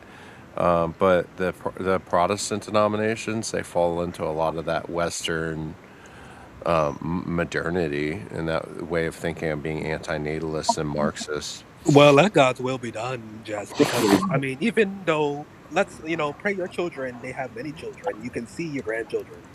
Yeah. I mean, I got a buddy at work. I love the guy. He's a Christian. He says he's a Christian. He's not going to church or anything. But like after he had his first kid with his wife, he immediately decided, okay, I'm not having any more, and I guess in his opinion rectified that. But to me, it's like being 26 years old and say, oh, I'm just never gonna have any more kids. Like that's crazy to me. That yeah. well, I don't know if I'm the oldest one on here on this panel or not. But with the way things are going in the world, I'm not for sure it's a good idea to have kids. I wanted That's to have more a lot Marxist of kids. propaganda. That's No. another one You know talking what? points You run goes your by. mouth in, and I'm giving Marxist propaganda. I'm just being realistic here, and I've been No, put I'm through not. some things. I'm not saying that. I'm saying that is a talking point that is used over and over. The world I'm is so sure it bad, is, so we shouldn't have kids. but I have good But think reason about the for it. Christian. But think about the Christian church. The all the people that kept having kids even when they were being executed for being Christians, right? We're not Okay, being if I was executed for doing, being Christians. Like the world was really scary for Christian families, and they were still having as many yeah. kids as they could. I see. I didn't get that blessing. I had to live through it. Okay, so look, I want kids. Don't be mistaken. Yeah. Even though I'm getting I'm older. not trying to shame you if you haven't had kids. I'm No, just you're saying not. Believe me. that should be a big But then, point, what and I it should wanted be to do is something start we're a all brought up community out in the middle of nowhere in. Yeah. and not let anybody outside know about it. We can raise our children if we have the means and the resources to do it. We can raise them the way they should be raised, according to biblical connotations. That's all I'm saying. Yeah, But, you know, so I mean, I don't. you know, but I was gonna say like God's plan for everybody is different. It's not gonna be I exactly agree. the same for everyone. I agree, but I think if you are people of means, if you're a man who can provide, it's your duty to have children with your wife. It's just a duty to society to raise good people and to provide for them. I also Oh don't yeah, want the I woman agree with that. Yeah. having the normal amount of power that they have these days either. That can really be hurtful in a family too. Plus, it costs a lot now to raise them. Plus, again, I'm not a man of means anymore. Okay, so Yeah.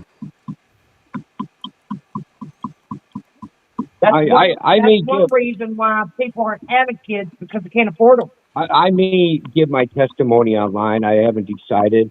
There's a couple of people I think would like me to come into their panels and do it about what Deb and I actually together, what we were put through.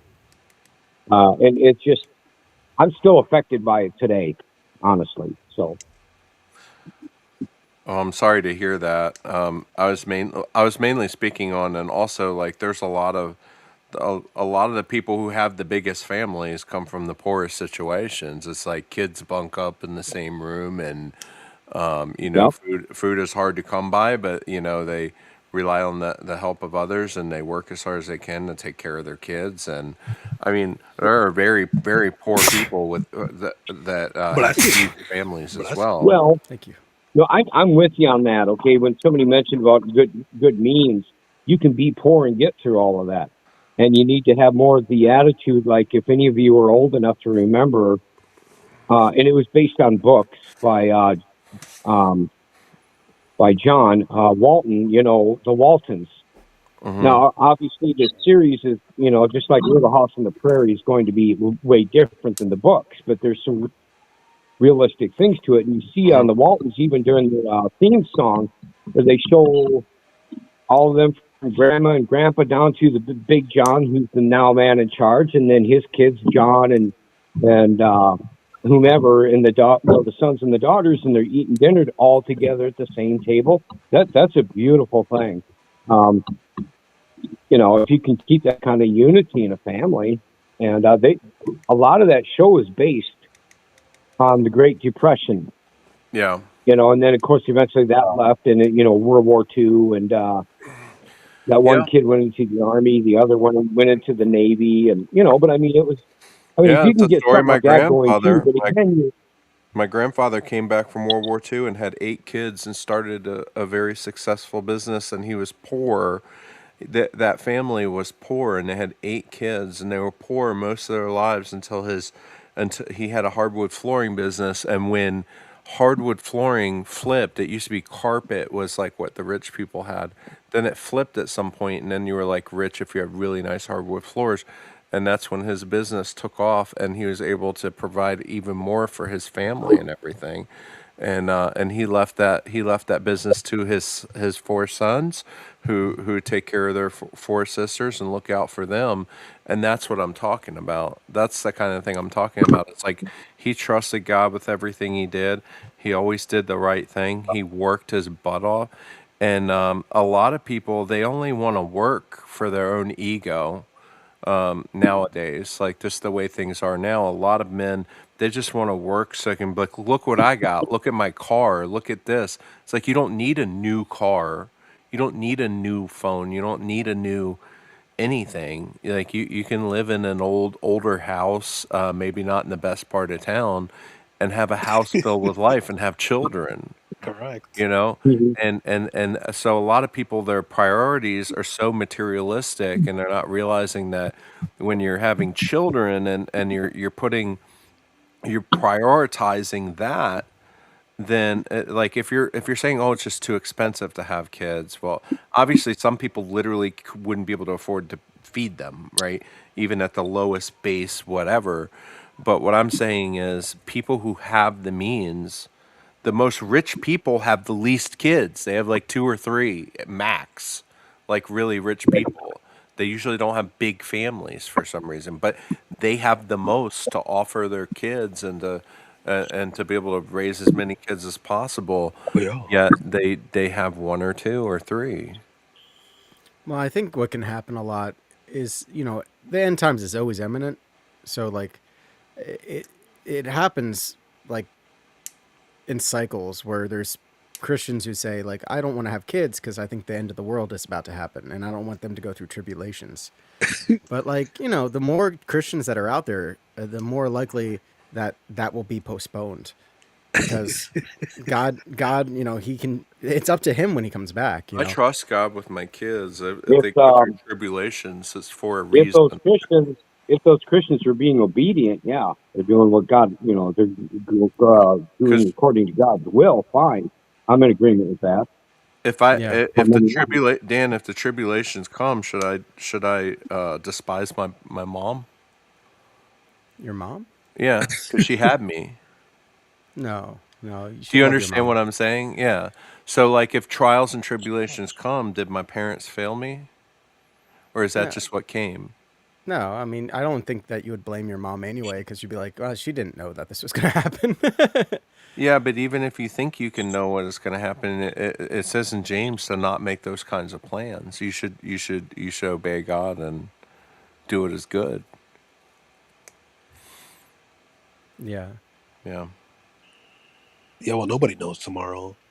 I might be wrong, but didn't St. Paul like allude to people to not get married because he thought the end was close? So, I mean, his words are still true today. I'm not saying like, but like, if you look at the context, a lot of St. Paul did think Christ was coming in like just maybe like years, maybe 20, 30, 40 years after or so.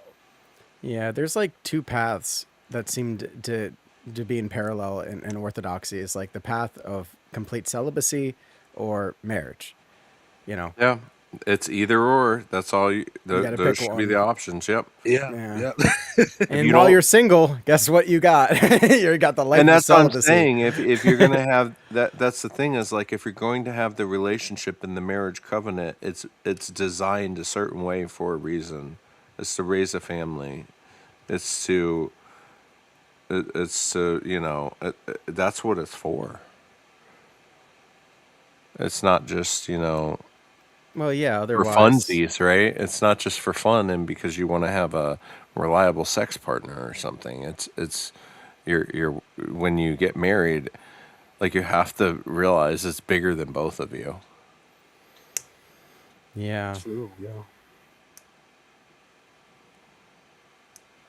Yep, it's in the Orthodox prayer of finding a spouse. Here, Hmm. I can find this in here.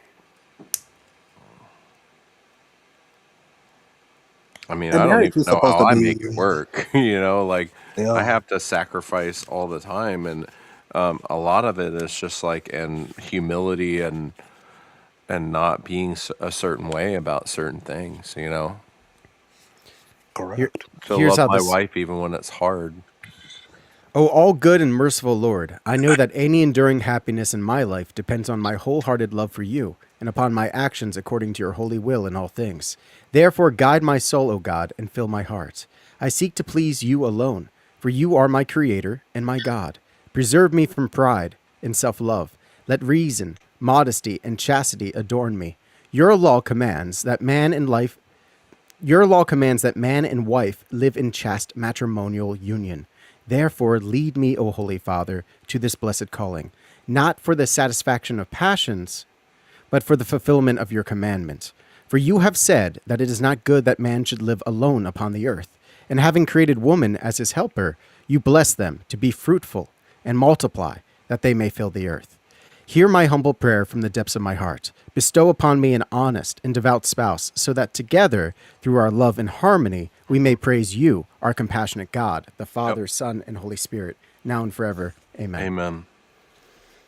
Yeah, Yeah. and she's not your helper just to be your, fun partner, right? Like she's your helper, like the helper. Not for the satisfaction of my, Yeah, my it's fleshy not for the appetites. it's Yeah, not for the satisfaction of just your passions. It's Yeah. bigger than all of that. Obviously, you get to enjoy that, right? You do get to enjoy that as a married man, but it's just so much bigger than all of that, and it magnifies God. The two of you together, the the humility and the and the work that it takes to unite your life to this other person is like a force multiplier towards like what God's intention is for the two of you. You are together something more than you are apart, and that's why it's like such a serious thing. I don't think a lot of people take it seriously and understand, and like they're so quick to get divorced because they have this idea that it's about them. You know, they have this idea it's about, oh, it's about my individual wants and preferences, and then the other person is thinking the same, and then when those don't line up because they're not looking towards God, right? They're not looking towards God with what that relationship is and saying, God, you make this what serves you. Then you can have true unity together when you're both moving towards God together all the time. Maybe one of you kind of goes off the path. My wife has yanked me back onto the narrow path more times than I can remember. So you should always be moving in a trajectory towards each other, but ultimately towards God. Correct. That's a good point, Jess. Yeah. Because a lot of people say like when they are entering marriage, they want to have a happy marriage. But I say it should be a holy It's marriage. not always happy. Holy marriage is what Yeah. you should strive for, not Yeah. a happy marriage. And even like happiness is, I would say, joy, a joyful marriage, because that holiness will lead to joy, and joy is a fruit of the Holy Spirit. So I think people get it wrong when they say they're looking for a happy marriage. They don't frame it right. Yeah. Well, what Well, happiness happy is just means, preferences. happiness is based off of the Latin. Sorry, not Latin root. It's from the German root actually. Happenstance, which means what's happening Things to you. temporarily lining up, basically. Yeah. Exactly. When circumstances are favorable, Temporary. then you're happy. But Yeah, that's exactly. fleeting. It's being a fair weather spouse. That's what happenstance is. Exactly. And what does the world do? What does the world do? What does Hollywood do? They romanticize that kind of love. They make everyone think that's what true love is. But true love is like that person's willing to die for you, and you for them, because you are each other. You are one flesh, and that's how it should be. It shouldn't just be, oh, we're both into this and we have this and this in common. Well, people change and their preferences change, and those kinds of things change. But what does not change, if you're truly on the path, is your desire to move closer to God. Amen. So if you're always doing that, you will always be gradually moving closer to each other. If I started over here and she started over there and we're both pointed towards God, well, maybe if we just point towards each other, we'll end up going right past each other and missing Yeah. the point. But if we're always going towards God, we are moving closer every day, all the time, and we will meet. Ultimately, we will meet there at the cross. Like we will meet there in heaven. Yeah, I can kind of visualize what you're saying. Like, Yeah. because if there's Think 2 of two points, lines. Think of yeah, two if there's a lines, and triangle, there's a like definite God's point. at the top of the Yeah. triangle, Yeah. The triangle, and like yeah. you're the 2 points, and as you get closer to God, your You lines will become actually get closer with closer. each other. Yeah. Yeah. Until they touch. And once you're to God, it's just it's a trajectory. It's not a status. It's not this thing where it's like, oh, well, they're not doing this and this and this, I don't love them anymore. It's not a light switch. You can't just turn it on and off. It has to be dedication. It has to be you keeping that promise. Both of you keeping that promise. And that's what marriage is. Yeah, and that's Yeah. something that lasts too. Like unlike these other, you were talking about interests that you might share. Like that might all change. Even if it could be based off of the sex, it could be based off of a shared hobby, it could be based off of an intellectual intrigue. But all these things eventually can be exhausted, but the love of God can't be. And so that's a goal that will never change. Amen.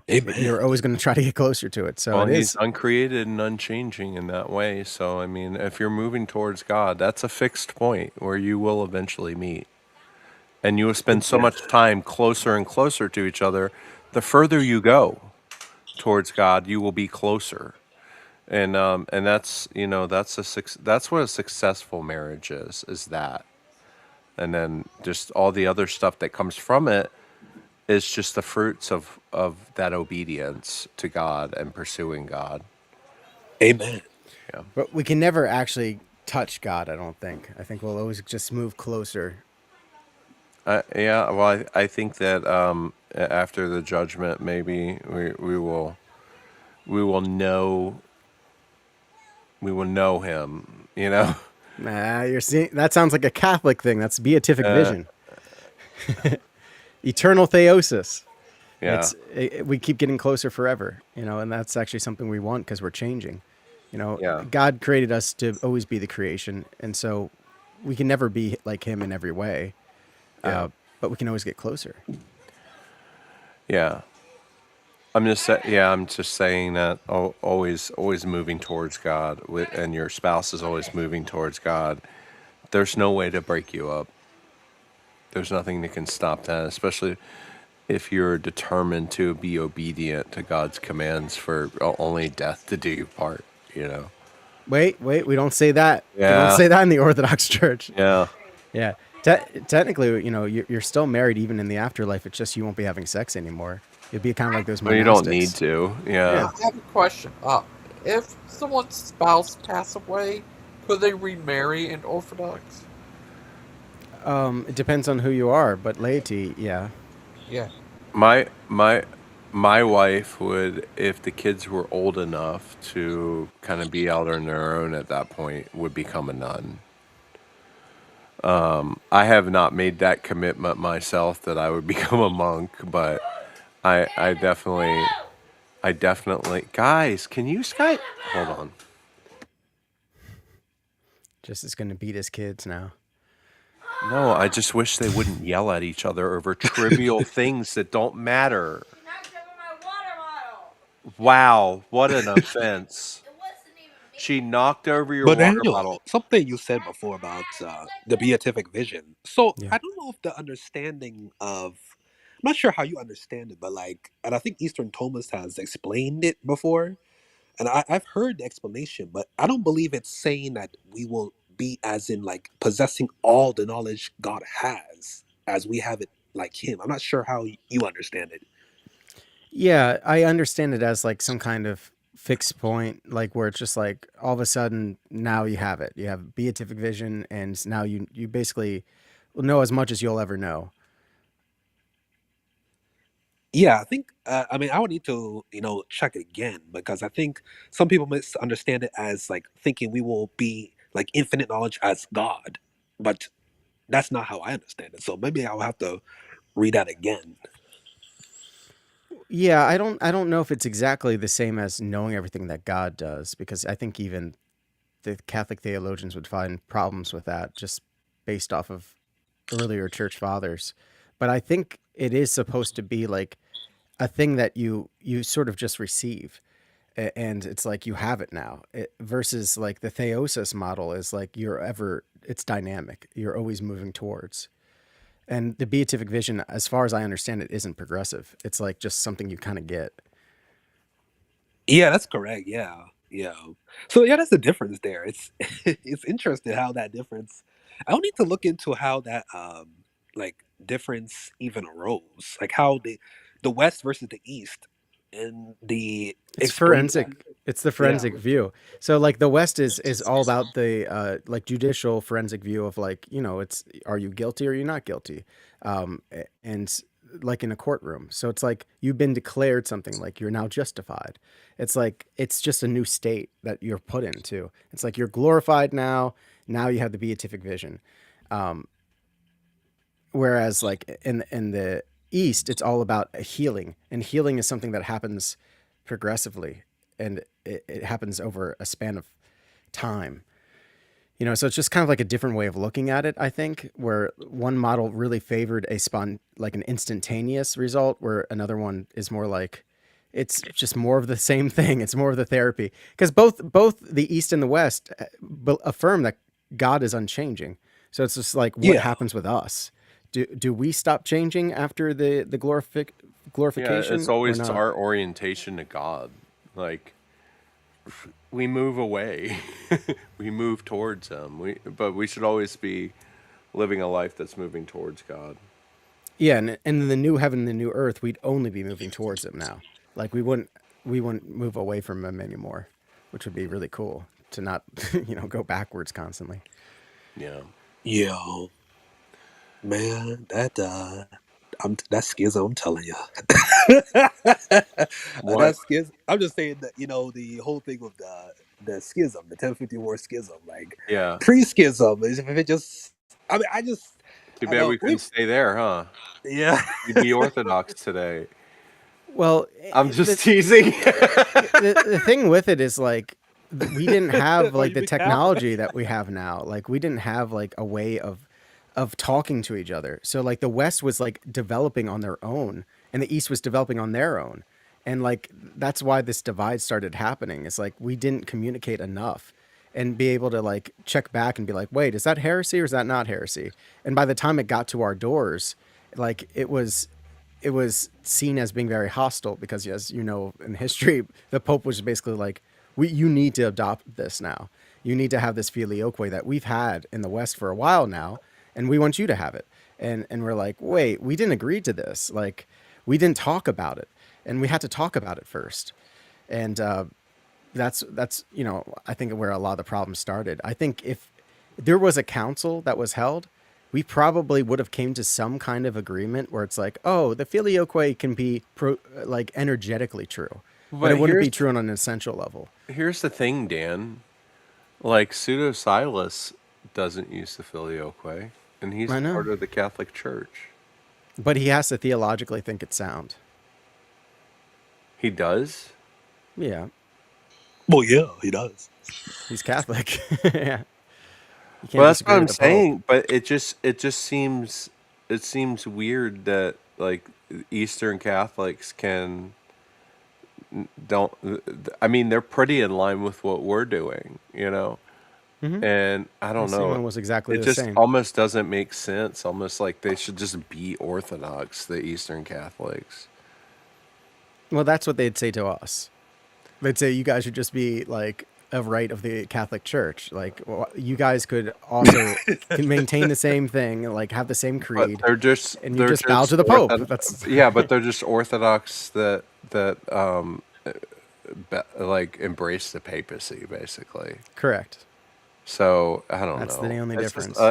it's just so crazy that it's not a giant list of things that truly separates us, and it's so crazy to me. I love my Catholic brothers. Yeah, you know what? A lot of people like you mentioned Stephen De Young and Damick. I've heard them talk about this before. Where like the real challenge these days won't be so much the theological disagreements; it's the things that have happened over time in the Catholic Church. I mean, you can't take that back. You can't put it back in. Well, you just can can't try, put it back in a box. That's kind of the problem. Is there's just so much there, so much history, and Well, there's that, but I mean more like what's happened with Novus Ordo and all that stuff, like of Catholic churches that have become less traditional, and like that would have to take a whole overhaul, probably like a Vatican III. If they became more traditional, then AJ, are you Novus Ordo? Yeah, I do. So what do you think? Like as far as it being less traditional than the Latin? I mean, I would say there's reverent Novus Ordos, but it can depend. There can be ones that aren't reverent, but Do you think but it makes it more difficult to be as reverent as the Latin Mass? uh, like I said, it depends. It depends on the specific parish, Yeah. but it's just like I was asking Grok this afternoon about this question of Catholic Orthodox. They talk about reunion. Grok said it correctly as it's saying like it would take a miracle, a miraculous event because Yeah. I mean where it stands now. Just take it from the Catholic side. Like we have Vatican II, we have all these councils, and you guys won't accept that. You already stopped at the seventh, so that's going to be a lot. You guys would not, let's say, accept all that, and I mean, right now, you guys see those councils as not. You don't accept them, so Yeah. there's a huge leap that would have to be taken for something like that to happen. yeah, there'd have to be a complete rollback, and like we have the Western Rite in the Orthodox Church, so like that's basically what we'd want the Catholic That's Church to always be. crazy. That's always crazy to me to see. Like, I have a friend who's from Russia. Actually, it might be from Belarus, and he's from the East, but he came to America. He's a gun instructor, and he is Western Rite Orthodox. Like, he came from the East. Like, he thinks in such an Eastern way, yet he became Western Rite. It's just funny. I want to go to a Western Rite liturgy at some point so bad because I just want to see what it's like, you know. Yeah. But yeah, I love St. John Chrysostom's liturgy, and the thing is, like in the church, it be pre-schism, it was acceptable to have different rites. You know, it's just you, we're there's things now happening in the Catholic Church, like aren't there women servers now? Like, don't women sometimes serve the Eucharist? AJ. Oh well, there's what do they call those? Hey, I gotta run. By the way, I gotta go lead prayers and everything. Get everybody Okay. ready for All bed. right, Oh God be with you, Jess. yeah, I Thanks was for about to coming say. on. Yes. Yeah. Thank you. But yeah, are there women that give out the Eucharist in the Catholic Church Yeah, they still? call those extraordinary ministers, like those who give it out. And I'm for male altar servers, like the Catholic Church. Now it happens, but it's just, uh, and I know in the Orthodox, it's just men, no woman there. So Right. yeah, We have women readers, but like we never would have women altar servers. And the only people who can dish out to hand out the Eucharist is typically the priest, unless the bishop gives a special approval. Then the deacon can, but never would he give it to a deaconess. And a deaconess is like not even really used in the Orthodox Church. It's something that like a more liberal segment of the Orthodox Church wants to come back, because in the past there were deaconesses, but they were for baptism of women, and you used to baptize people nude in the past. So it made sense to have deaconesses, but they never held the gifts. And it never was meant to be like, typically, like in the past, a reader would then become a deacon and a deacon would become a priest. That used to be like the old format. And it's still that way when it comes to deacons and priests. A lot of times a deacon will become a priest, depending. Um, and that seems a little too close to the clergy. So like we just don't really allow it.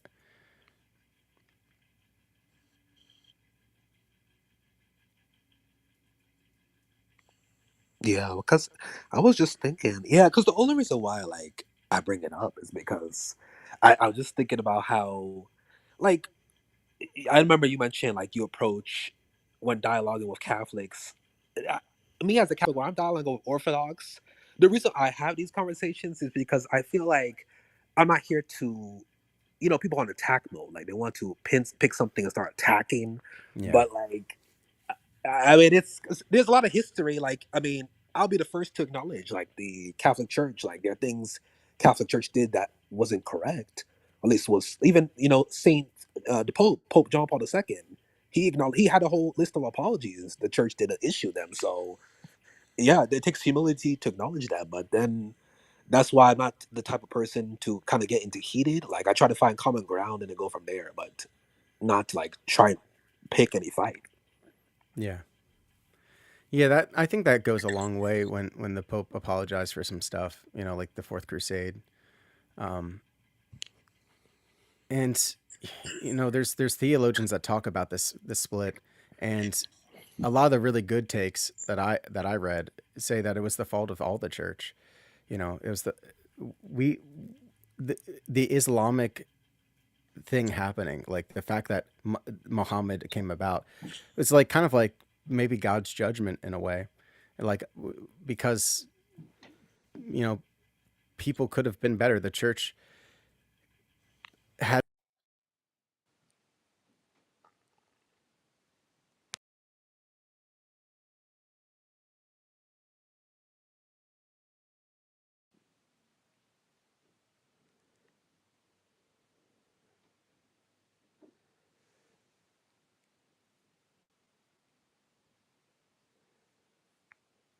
You still there?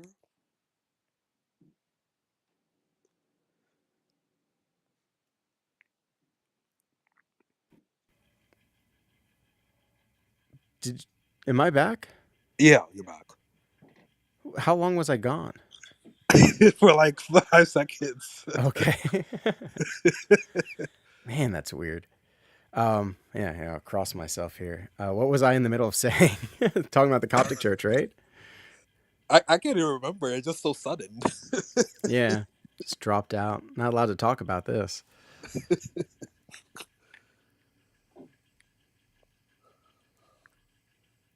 Oh, so I'm looking at the chat here. Looks like some other people lost their signal. Did we just get a solar flare or something? Let me take a look. Yeah, I have no clue what that was.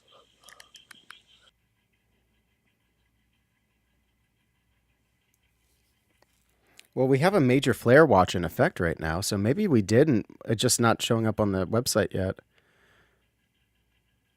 We might have gotten one, which is interesting because that affected everybody, right?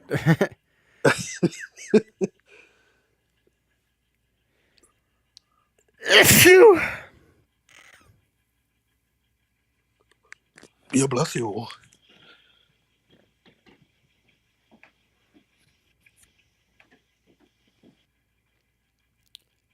But anyway, what I was talking about was the Coptics, and some stuff that I've read showed the Greeks were probably just really arrogant, and they looked down on the African churches. They thought they were better than them, and there was just a semantic difference that happened with the Miaphysites versus what we are as the Diaphysites. Like, we say there's two wills, and apparently in their language they also believe in two wills. They just used a different preposition. They said, like, instead of in two wills, they said of two wills. And like, if that's the case, there's like no excuse for like that kind of schism happening. But in a small way, maybe I'm happy for it because number one, it gives people an opportunity now to come together. And two, it proves that iconography was always in the ancient church. People like to say that the Catholics and the Orthodox kind of just invented it in the Seventh Ecumenical Council, but they stopped at the third, and they have icons. So it kind of proves that they've always had icons. Yeah, that's always been the case. Yes. Yeah. Yeah, and if people don't realize like how far back the third council is, that's like I think 4th century. Yeah, When was the third ecumenical council? Looks like Council of Ephesus was 431 AD. So that's, I guess, 5th century. But they had icons before that. So, yeah. Yeah, they had no reason to copy the pagan Greeks, in Africa. So I just don't buy that. Oh. Well, yeah, that's crazy. GG, Yeah. what do you think of the schisms? Oh, crazy. What about? Do you wish we just had one unified church? I mean, Yeah. as an Orthodox, I do believe we have one unified church, and I'm sure AJ would say the same thing about the Catholics. I would say the Eastern Orthodox Church is the one unified church. I'm just saying, historically, when these great schisms happened, we just have to talk about some historical reality here. What? Have you ever heard of And I'll try to get back on my laptop in a little bit because I'm using my phone, right? Okay, take care. You caught that, Did you hear AJ? what I said? I'm on my phone. I'm going to click out of my phone in a little bit. I'm going to try and get back onto my laptop. Oh, with my okay. laptop. Yeah, he said he'll be back. Gotcha. Yeah. All right, see you, Levite. Have you ever heard of Vatican I Catholics? Gigi, are you in the shower? Yeah, I think he is. He's either that or in a jet engine. Oh, have you ever heard of Vatican I Catholics? Yeah, I do. Yeah. Sedivacantus?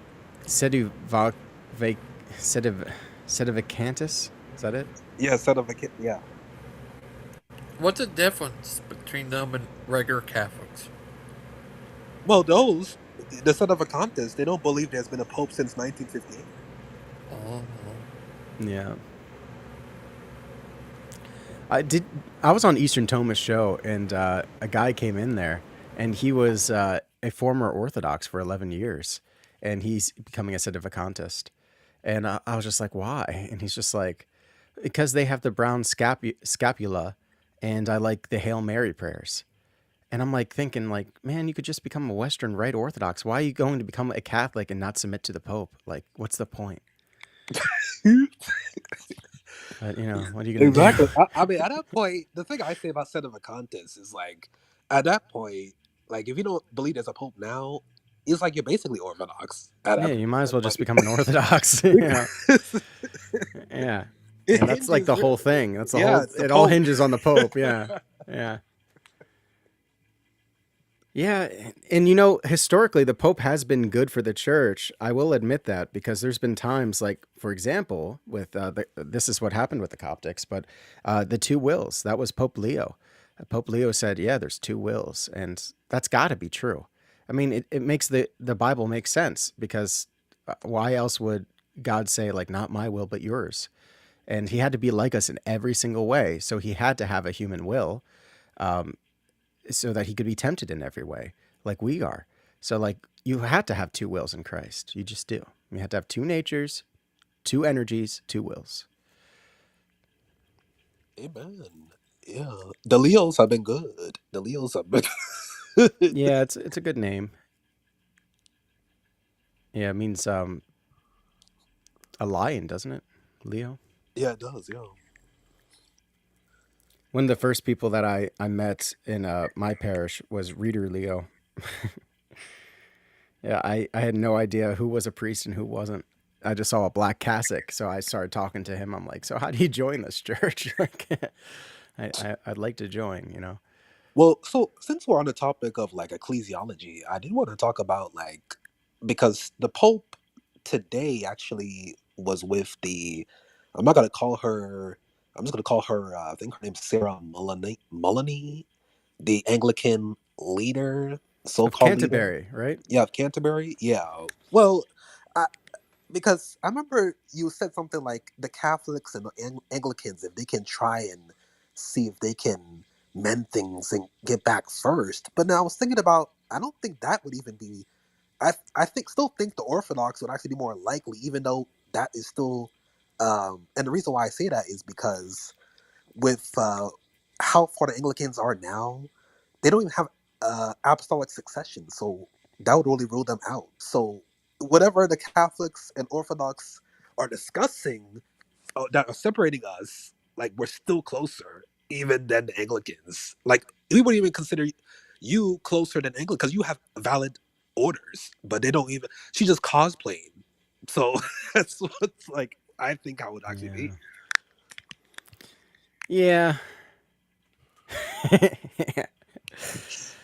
Yeah, the Anglicans. What are you gonna do?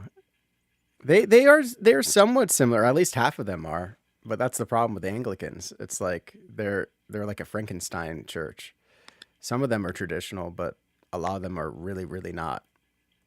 And that's like, and I don't mean this in an offensive way, but this is somehow, I think, sometimes how we as Orthodox look at the Catholic Church with the reunion. We're like, half of you guys are super cool. Like, you got a lot of trad Catholics, like that would fit in well. But then you got like also the weird stuff. You know what I mean? Like the weird stuff you guys are embarrassed about. Like that's, because there's been some, I'm not going to mention everything, but like there's been some things that have been like super liberal in the Catholic Church. Like, Yeah. Yeah, I was saying, like, I'm trying to think of. Actually, could you name like some things? Because I'm trying. I think I know what you're talking about, but if you can name something. like the LGBTQ, like trying to kind of not, I don't know, maybe pander to them a little bit.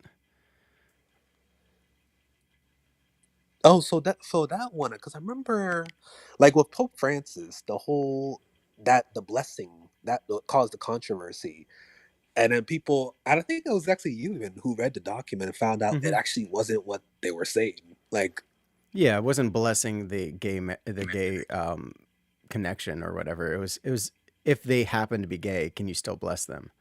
And I think everybody has struggles, and homosexuality could be their struggle, and so it's appropriate to give them healing too. So I'm not against that, but what I'm against is like the overall presentation and how it did scandalize people. But like things like Francis, like having the gay troop come in and stuff to the Vatican and all that. Like it just seemed like he was trying to do something for appearances. Even if like the core doctrine didn't really change, it just seemed like he was trying to get more gay people to come into the church. And it seemed like pandering, you know. Yeah, the doctrine definitely didn't change. The doctrine stayed the same. It's just the way Francis presented, and like you said, because like a lot of Catholics, like they have views on Francis. Like they know he was very lenient when it came to like like at least not that he affirming it, but that he just his approach is an approach people didn't really like, is because it caused confusion. That's really what I'm trying to say. It can cause confusion, but Yeah, then scandal. Yeah.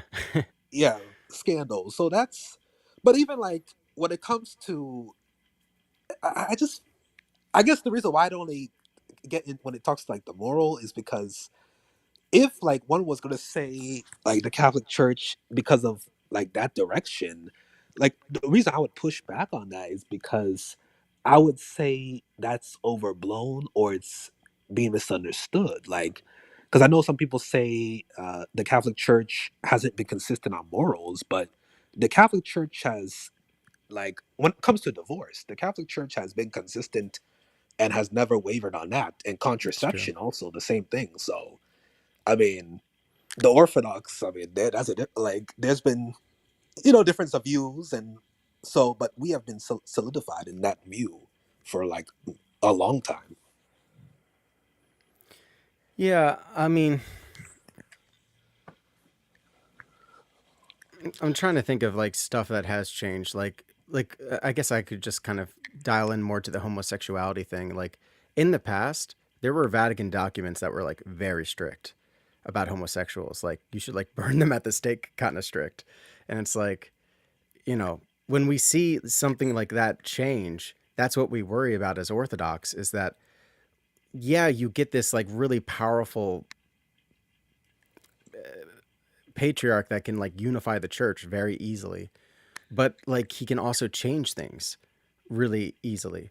And so like you end up getting a bad one, and then like all of a sudden the entire like we hate changing anything. So it's like it would cause us to lose our minds if that happened to us. Like so we see stuff like that and we're like, yeah, there's like pros and cons to this whole Pope thing. Like you guys can unify really quickly and damp out heresy incredibly quickly. But also like if one pope seems to be more in favor of stuff, like that's going to be the flavor of the pontiff. Yeah, I mean, I'm not only laughing because there was one day sorry, Clay said What something. happened? Sorry, You're looking at the chat here. Let me take a look. oh no, not now. I'm just saying Oh, before. Clay had said something about, like, I think it was when you, Sandman, and Jess were on, and then he said something, asked a question that I guess got all three of you like debating or something, and then he said, "This is why the Catholic Church has the power." oh yeah. I don't know. I just found that funny because like he did that in It's a true. way. So that's kind of why I push back, because like I'm doing it gently, but like I do agree with what you're saying there. Like that's why like the Pope isn't all what like bad as some people like to see. Yeah, I mean, so we have sort of theological opinions in our church where, like, if you wanted to, you could make a claim for universal salvation in the Orthodox Church. That's something that I did a stream on because I want people to see, like, that is something that it's a feature of Orthodoxy. Like, it's we don't call it a glitch. Some people would look at it like a glitch, but like I think it's something that we should be upfront about. Is that there isn't a dogma that says you have to think that universal salvation is heresy. What you would have to believe is heresy is what Origen said, that our souls pre-exist our human nature, that we had a soul and everything. It was Origen believed that all of the spirits, including the demons, like the angels, the demons, and the humans, like they all had these spirits, and depending on how close they were to God, that's what they fell into. Like human souls went into human bodies, but like there was also it was made of the same stuff that would have became an angel if we were closer to God. And so he had like a heretical Gnostic view. And that was tied into the universal salvation because he used that as his reasoning behind why God would save everybody. But there's been certain theologians that are well loved by the church that argued that perhaps one day um, God's love would be so like God, not irresistible in the sense of losing your free will, but eventually people would change their mind, possibly, or maybe there's some kind of salvation plan for them. And the idea is that love couldn't bear that kind of torture of any of God's creation, and it's not the normative view in the Orthodox Church. Typically what we would say is, you go to hell and it's eternal, and there is no changing at that point. You've made all of your choices in life. Now that you're in a glorified body, there's something that has changed about you where like you're not going to be able to make those choices anymore. You've sort of become your habits, and you will always be pointing away from God. And that is the more commonly accepted thing. It's not dogma. So like the Pope he probably does have something in your catechism that says like, look, you can't believe in universal salvation. You just can't. Yeah, correct. Yeah. Yeah. With the Orthodox, technically you could. Yeah, so like as a Catholic, I would say like it being defined actually finds security in that though. That's why, because it, it like if there's opinion, like one can hold to one view here and then another here. I'm just glad like it's settled. Like in the Catholic Church, this is settled, so it's not like I have to wonder. So that's why I do favor the like more defined approach, even though people like in Orthodoxy can like decide which view kind of Sorry. resonates with them, or it's open I don't know for what I'm interpretation. allergic to right now. Sorry. I apologize. I keep sneezing. I'm going to try to hold it though. But yeah, I see what you're saying is like having the answers to everything is comforting, and I can see the appeal to it. I think because of the apophatic approach of theology for the Orthodox is like we aren't willing to say things that we're not absolutely sure about, and there's so much we're not sure about, and you don't want to say something that would be like wrong. So like even in the case of the theological opinion of universal salvation, those that have talked about it say you shouldn't preach it. It's something that you should have in your heart but never say out of your mouth, because like it sends the wrong message.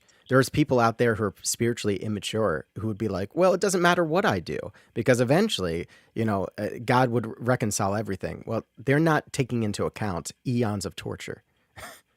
We don't know what kind of timescales that would be. That could be like a bajillion years, like things that we can't even fathom in our mind. And you would be the very least of the kingdom. And like, that's if that's true. And this is just a hope. It's not even something that they think they could know.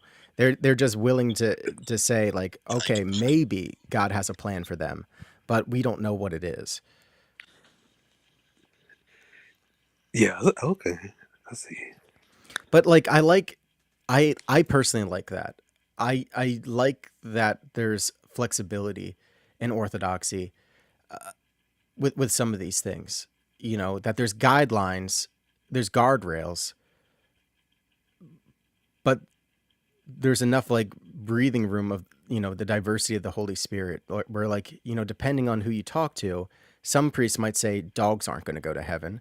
And others will say, actually, no, the love that you have with your pets, God is a God of love, and all of creation is going to be redeemed, and you might be able to see your pets in the new heaven and the new earth. God might give you that. So I don't know. Is there like a Catholic answer for that? Like, do your pets go to heaven? Well, that's actually something that I think that can be debated, or at least is open to. I've seen different views. Like some hold to no, and then some hold to yes. And then there's the question of, will it be your specific pet that goes to heaven, or will it just be a different animal, like on a new earth? Yeah. Yeah. And for us, like, we don't think that a saint their words are infallible, and I think it's the same in the Catholic Church. So like there's some saints that say things like, "Oh yeah, animals have little souls." And then there's others that will be like, "Nah." No, they don't. And these saints disagree with each other, and yet they're both canonized in the church. So it's like there are things that like are still just left open, I think, as long as it doesn't change the core of the faith, you know. And I think out of all the examples, universal salvation is probably the strongest one for like what is the closest to that line that I feel like I can find is like, this is something that, you know, people will definitely argue about online. And what I thought was interesting about it is, technically speaking, somebody like Jamie, who believes in universal salvation, he believes in annihilation, so it wouldn't be compatible. And soul sleep is also heretical. Both are.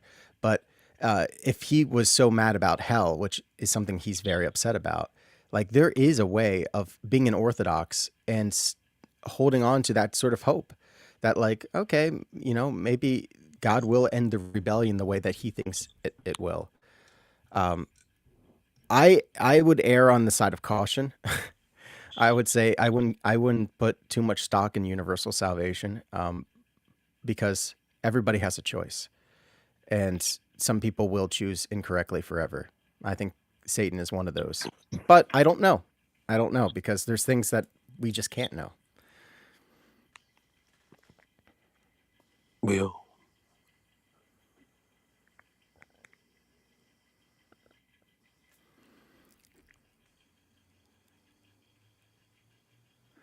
All right, so Gap Band Make is saying, "What's Pachamama?" So this is something that is like, I guess, like a shot at Catholics. Is that? But Lena, I think, brought it up in the chat first. But AJ, did you want to talk about what Pachamama is? Oh, Pachamama, I think that's how it's pronounced. But like, Yeah. I mean, I know that's something that happened with Pope Francis, but that's actually something I haven't really even know what happened. I mean, I know it was all a whole controversy with it, but like, I haven't looked into like what. I think it's something like there in South America. There was something they thought like pagan. So, like, I would need to do more looking into it because I know a lot of Catholics talk about it, but like that's something I'm not too familiar with. Only heard people just mention it. I have a cursory understanding of it, and I don't know if I'm doing it justice, but basically, like you said, there was some kind of like, sort of like a pagan idol of this mother goddess. And what Francis was doing was trying to have like a Paul moment and just like, hey, you know, this unnamed God, you know, that's really our creator. And he used that to like convert people to Christianity. He was trying to do that with Pake Mama, where he was just like, hey, you say that she's the mother of all of us. Well, that's mother of Christ. She's the mother of the human race. She's the new mother, which is theologically sound. But I think it comes across the wrong way. It ends up a bunch of Protestants being like, see, this is what I said. The Catholics, they're pagans, you know, they're raising up a pagan thing. And I don't know what to think of it. I think like if he was trying to do a Paul thing, I understand it. But again, I disagree with the presentation. You know, I think it does cause confusion. But you might be able to find out more about it. That's just like kind of my small take. Yeah, I think that might be correct, but like I said, I would have to look into it more. But I guess like tonight is the like dig at Catholics night. Yeah. Yeah, and then people will get on the Catholics here more recently about the co-mediatrix thing. And they did that, I think, to placate the Protestants. I would say they should have said nothing different. They should have said, we said what we said, like a King Pilate kind of move. You know, remember when the Jews were like, don't call him king of the Jews. Say that he said he was the king of the Jews. And King Pilate's like, I wrote what I wrote. Like, in that case, like, I think an argument can be made that Theotokos is the mediatrix, but, you know, under the correct theological understanding. And from what I hear from people like Eastern Thomas and other folks, is that theologically nothing has changed. They just don't want to use the word anymore because it causes scandal for the Protestants. And, as an Orthodox, we look at this and we're just like, why are you guys trying to placate to the Protestants? This is why you have transubstantiation. You have these things that you could have just said to them, look, if you don't get it, you don't get it. Like, come to Christ if you want to come to Christ, or you can think what you want about us. But he was just like, we're going to stop using that word. And I think that caused some scandal too, because the people who understand why the Theotokos could be considered like a co-redemptrix, there we go, is because she is the mother of Christ and she is part of our redemption, because if she didn't say yes to Gabriel, we wouldn't have had Christ. So like Moses gave us the law, Mother Mary gave us Christ by being obedient, by being the new Eve, by saying yes to a good angel instead of saying yes to a fallen one. Yeah, I'd agree with that. Because if we're going to blame Adam and Eve for the fall of mankind, why don't we thank Mother Mary for the redemption of mankind? She didn't do it. Just like Adam and Eve, when they ate from the fruit, they didn't cause the earth to be cursed. That's something that God did, right? And in the same way, the Theotokos didn't create God. She isn't the origin of Jesus Christ, but she said yes, and God did something because of her yes. Just like God did something because Eve ate from the fruit.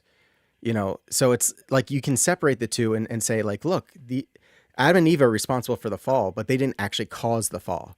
Just like Mother Mary we give her responsibility for Christ being born into the world, even though she didn't actually cause that to happen.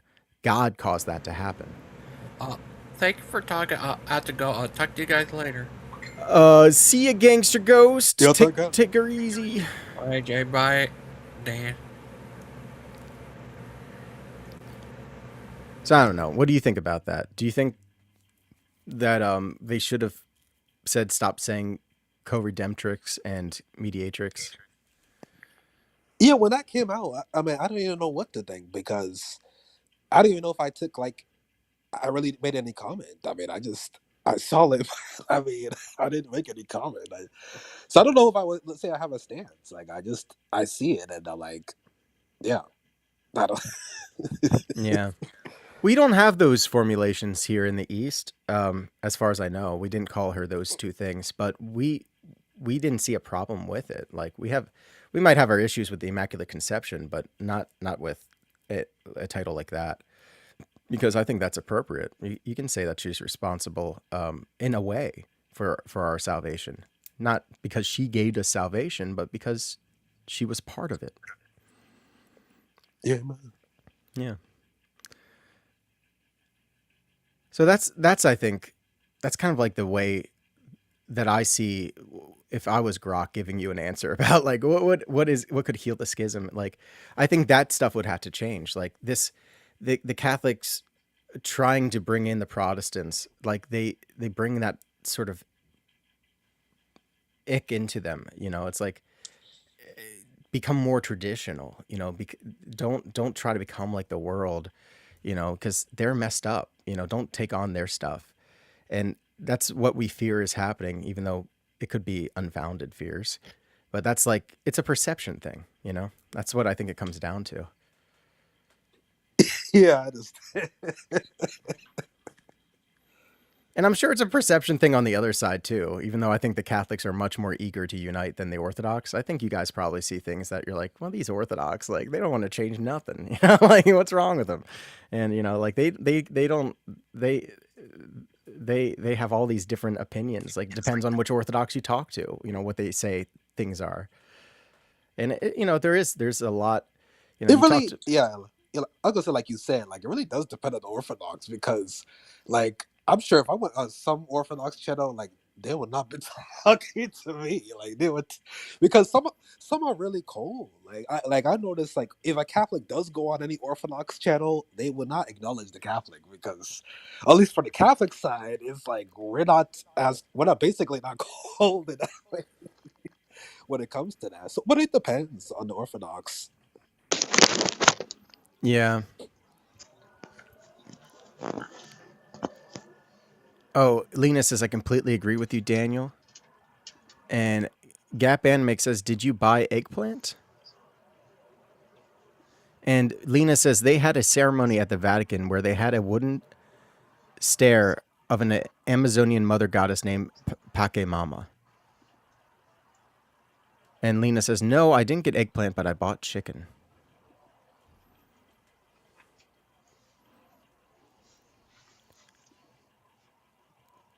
Not a wooden stair, a wooden statue. Yeah.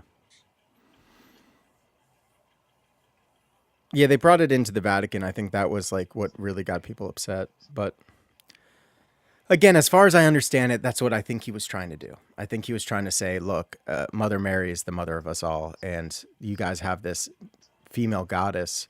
You know, if you want to worship, well, not worship. Sorry, that's the wrong word. If you want to venerate a strong, independent woman, no, she's not independent, but if you want to venerate a woman, do the Mother Mary. I think that's what he was trying to say. I wrote a song about Mother Mary for Mother's Day.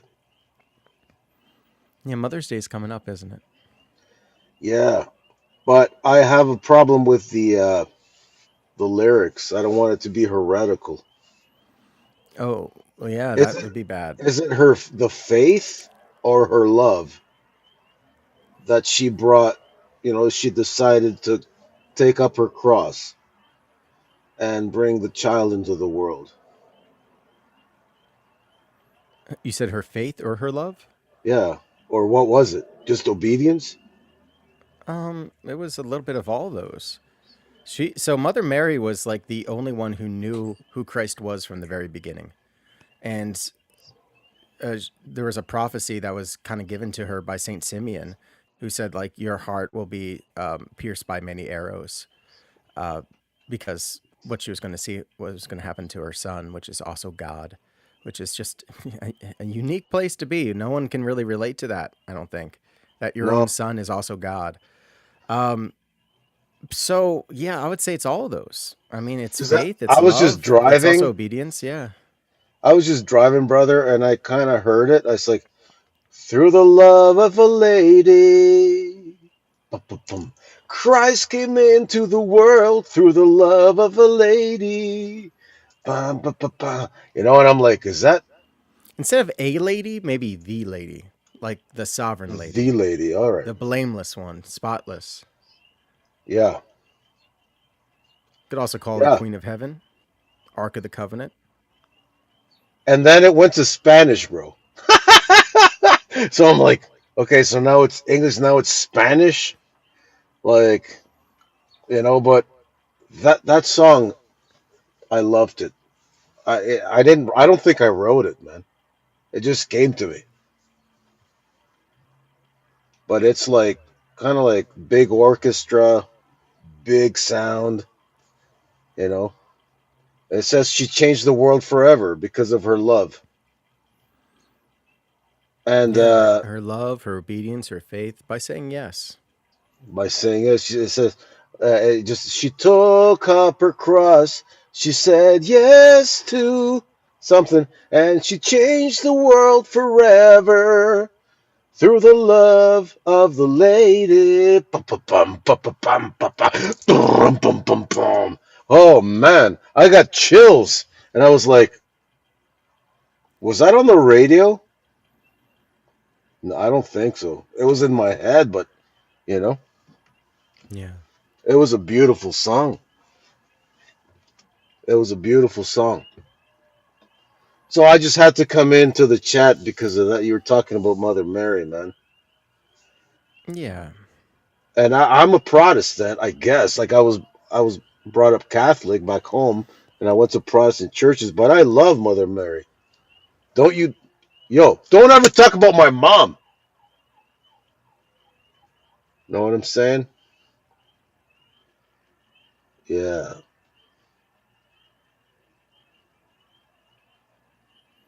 So how's it out there? It seems like there's some frogs, some crickets. I'm in the middle of of God's creation here, brother. Nice. I I like sitting here in my van talking to the frogs, the cats, the Yeah. coyotes. They make good conversationists. Better than me, that's for sure. You hear that? That's a big bullfrog. Yeah, there's some critters out there. I They're can't believe you can hear that. yeah. Yeah, I can hear it. I got these big Wow. headphones in. And I have a red squirrel I can't get rid of, and I just don't want to kill it. Is my buddy, but it destroyed my garage. Ooh. Oh yeah, but I look at it, and I look at the persistence, kind of like, when the lady was with the judge, and there was a Bible passage in the New Testament where she kept going up to the judge and saying, vindicate me." And I'm looking at this little squirrel. It's like, I'm going into this garage. I don't care how many barbed wire I'm going in. And I'm just like, you know what? It's your house. It's your house, man. You've got so much. Like, just, I'm going in. I'm going into this. I don't care what you do, how much barricades you put, how many traps. I'm going in there. And that's my house. Like, whoa, respect, little buddy. Wow. Okay. I know it's twisted, but I, I I'm not. I don't want to kill the little guy. He's awesome. Yeah. Yeah. No, I'm not saying that you should kill the little guy. Keep him around. Oh boy, like us. God's like, yeah, you know what, Geraldo. He's so annoying, but I love him. Let's keep him around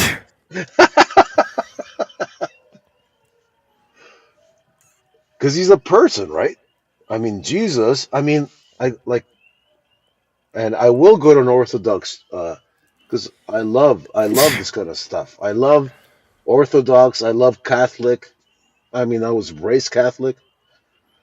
Like I think I told you why I went to the Protestant church because there was some weird stuff going on here. Like in the Catholics here, they're playing "Stairway to Heaven" in communion. Are you kidding me?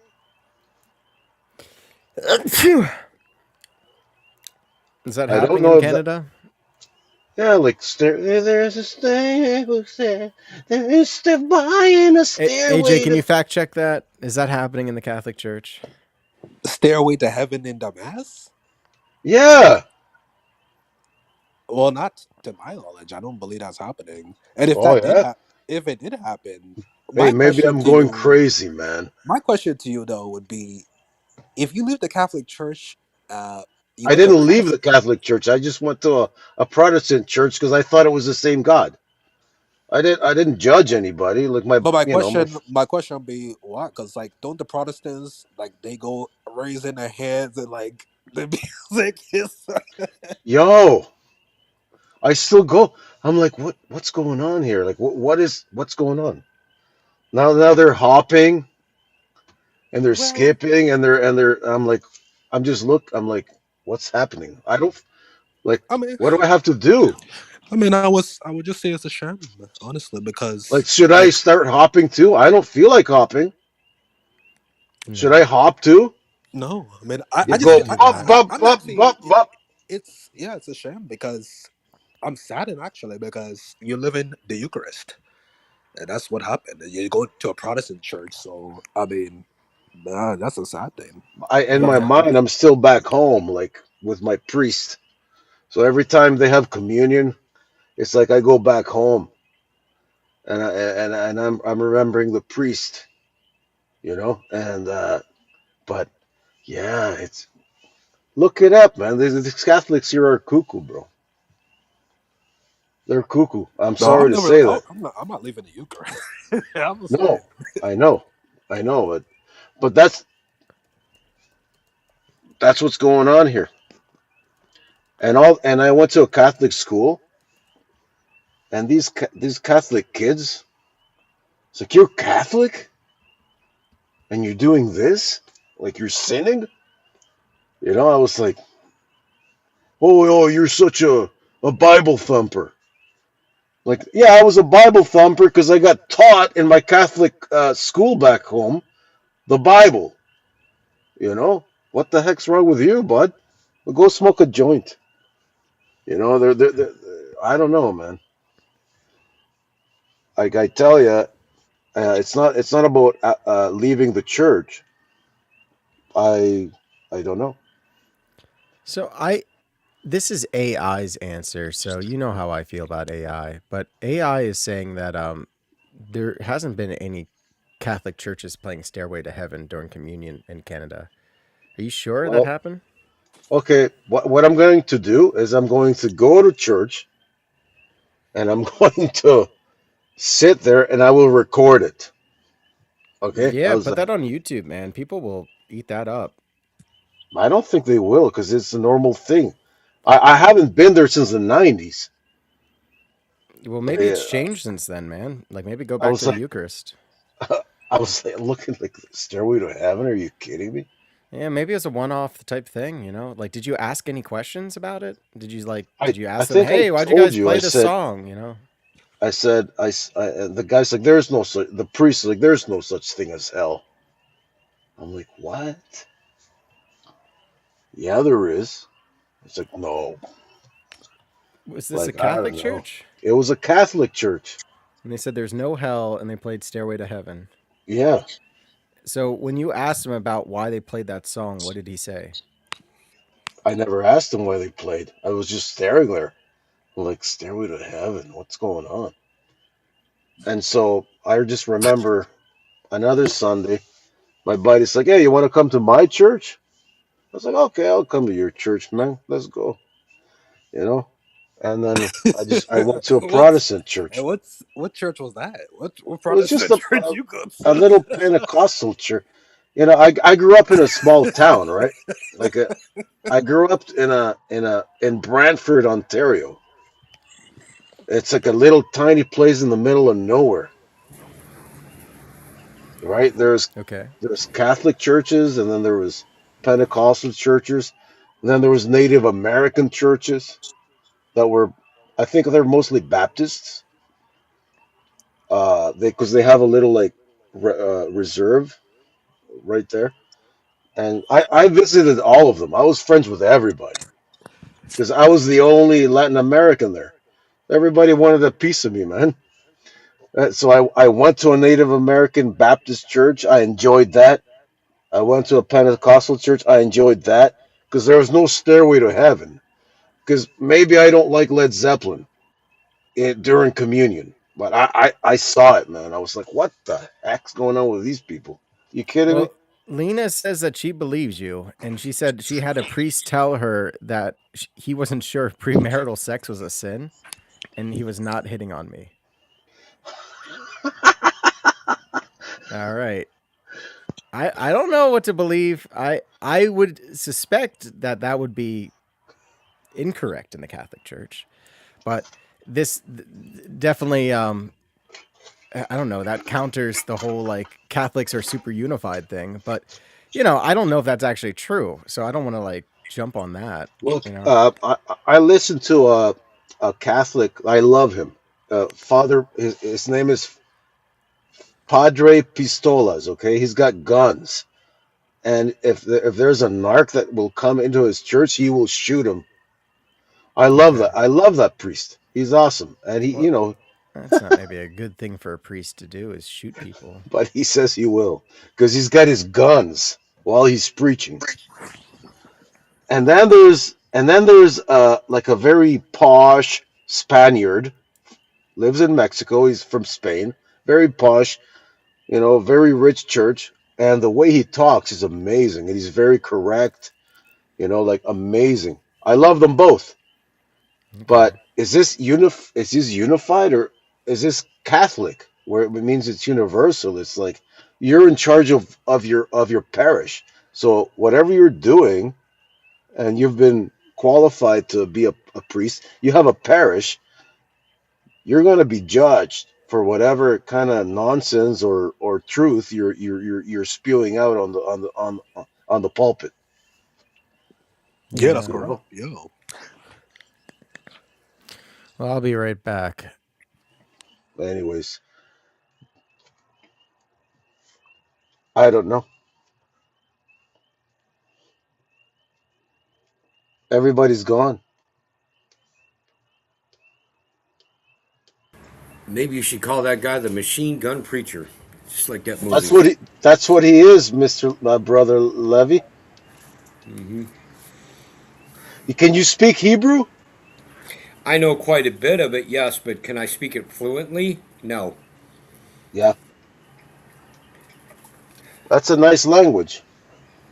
Yeah, but the stuff that I get into is not the Russian or Yiddish that you hear the state of Israel doing. We're talking You're the doing paleo. more Sephardic. No, no way. It's the paleo, the What's Ivri. wrong with Sephardic? Well, no, there's differences with that too. Because the Orthodox Jews do it their way. You have the Hasidic, you have the Sephardic. Now, and yes, they know how to. Those rabbis know how to do the Paleo Hebrew. Don't get me wrong, but the Karaite Jewish Hakims and that they're the literal scripturalists who accept only the Tanakh, the Old Testament, and they're Oh, you're very Karaite. me. Yeah, No, well, yeah, but I accept the Brit Hadashah as in the New Testament. right. You could You compare know, me to them to an extent, but not, when you get deeper you can't because to put it very simply, um, I see over 300 indications of Yeshua or Jesus in the Old Testament. They see none. So, right. yeah. I love listening to Orthodox Jewish music, man. I love the messianic stuff a lot better, to be honest. I've never heard it, but I love I love there's this one song Mashiach. I'm waiting for the Messiah. I'm waiting for the Messiah. I know he's taking this time, but I will wait. And I'm Yeah. like, yo, he's already come. Yep. You know? Well, yeah, they're messianics in that sense. That's the problem. They're going to get the wrong. How do I say this in Hebrew? Sodom Mashiach, Uh-huh. which is basically in English is Antichrist. So, uh, yeah, I know all about them.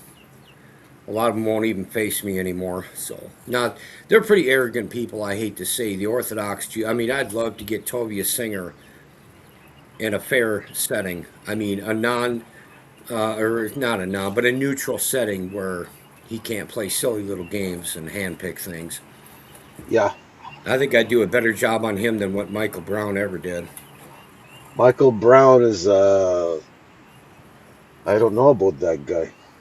Well, He he grew likes up as a he likes kid. girls just like I do. Michael Brown grew up as a kid being an Orthodox Jewish, uh, and he gives a story openly. I do respect that about him, even though I don't like his doctrine much. But he became a drug addict and all that, but then he got converted to Yeshua. And he's more like an evangelical Christian. Right. So, and he's very highly educated.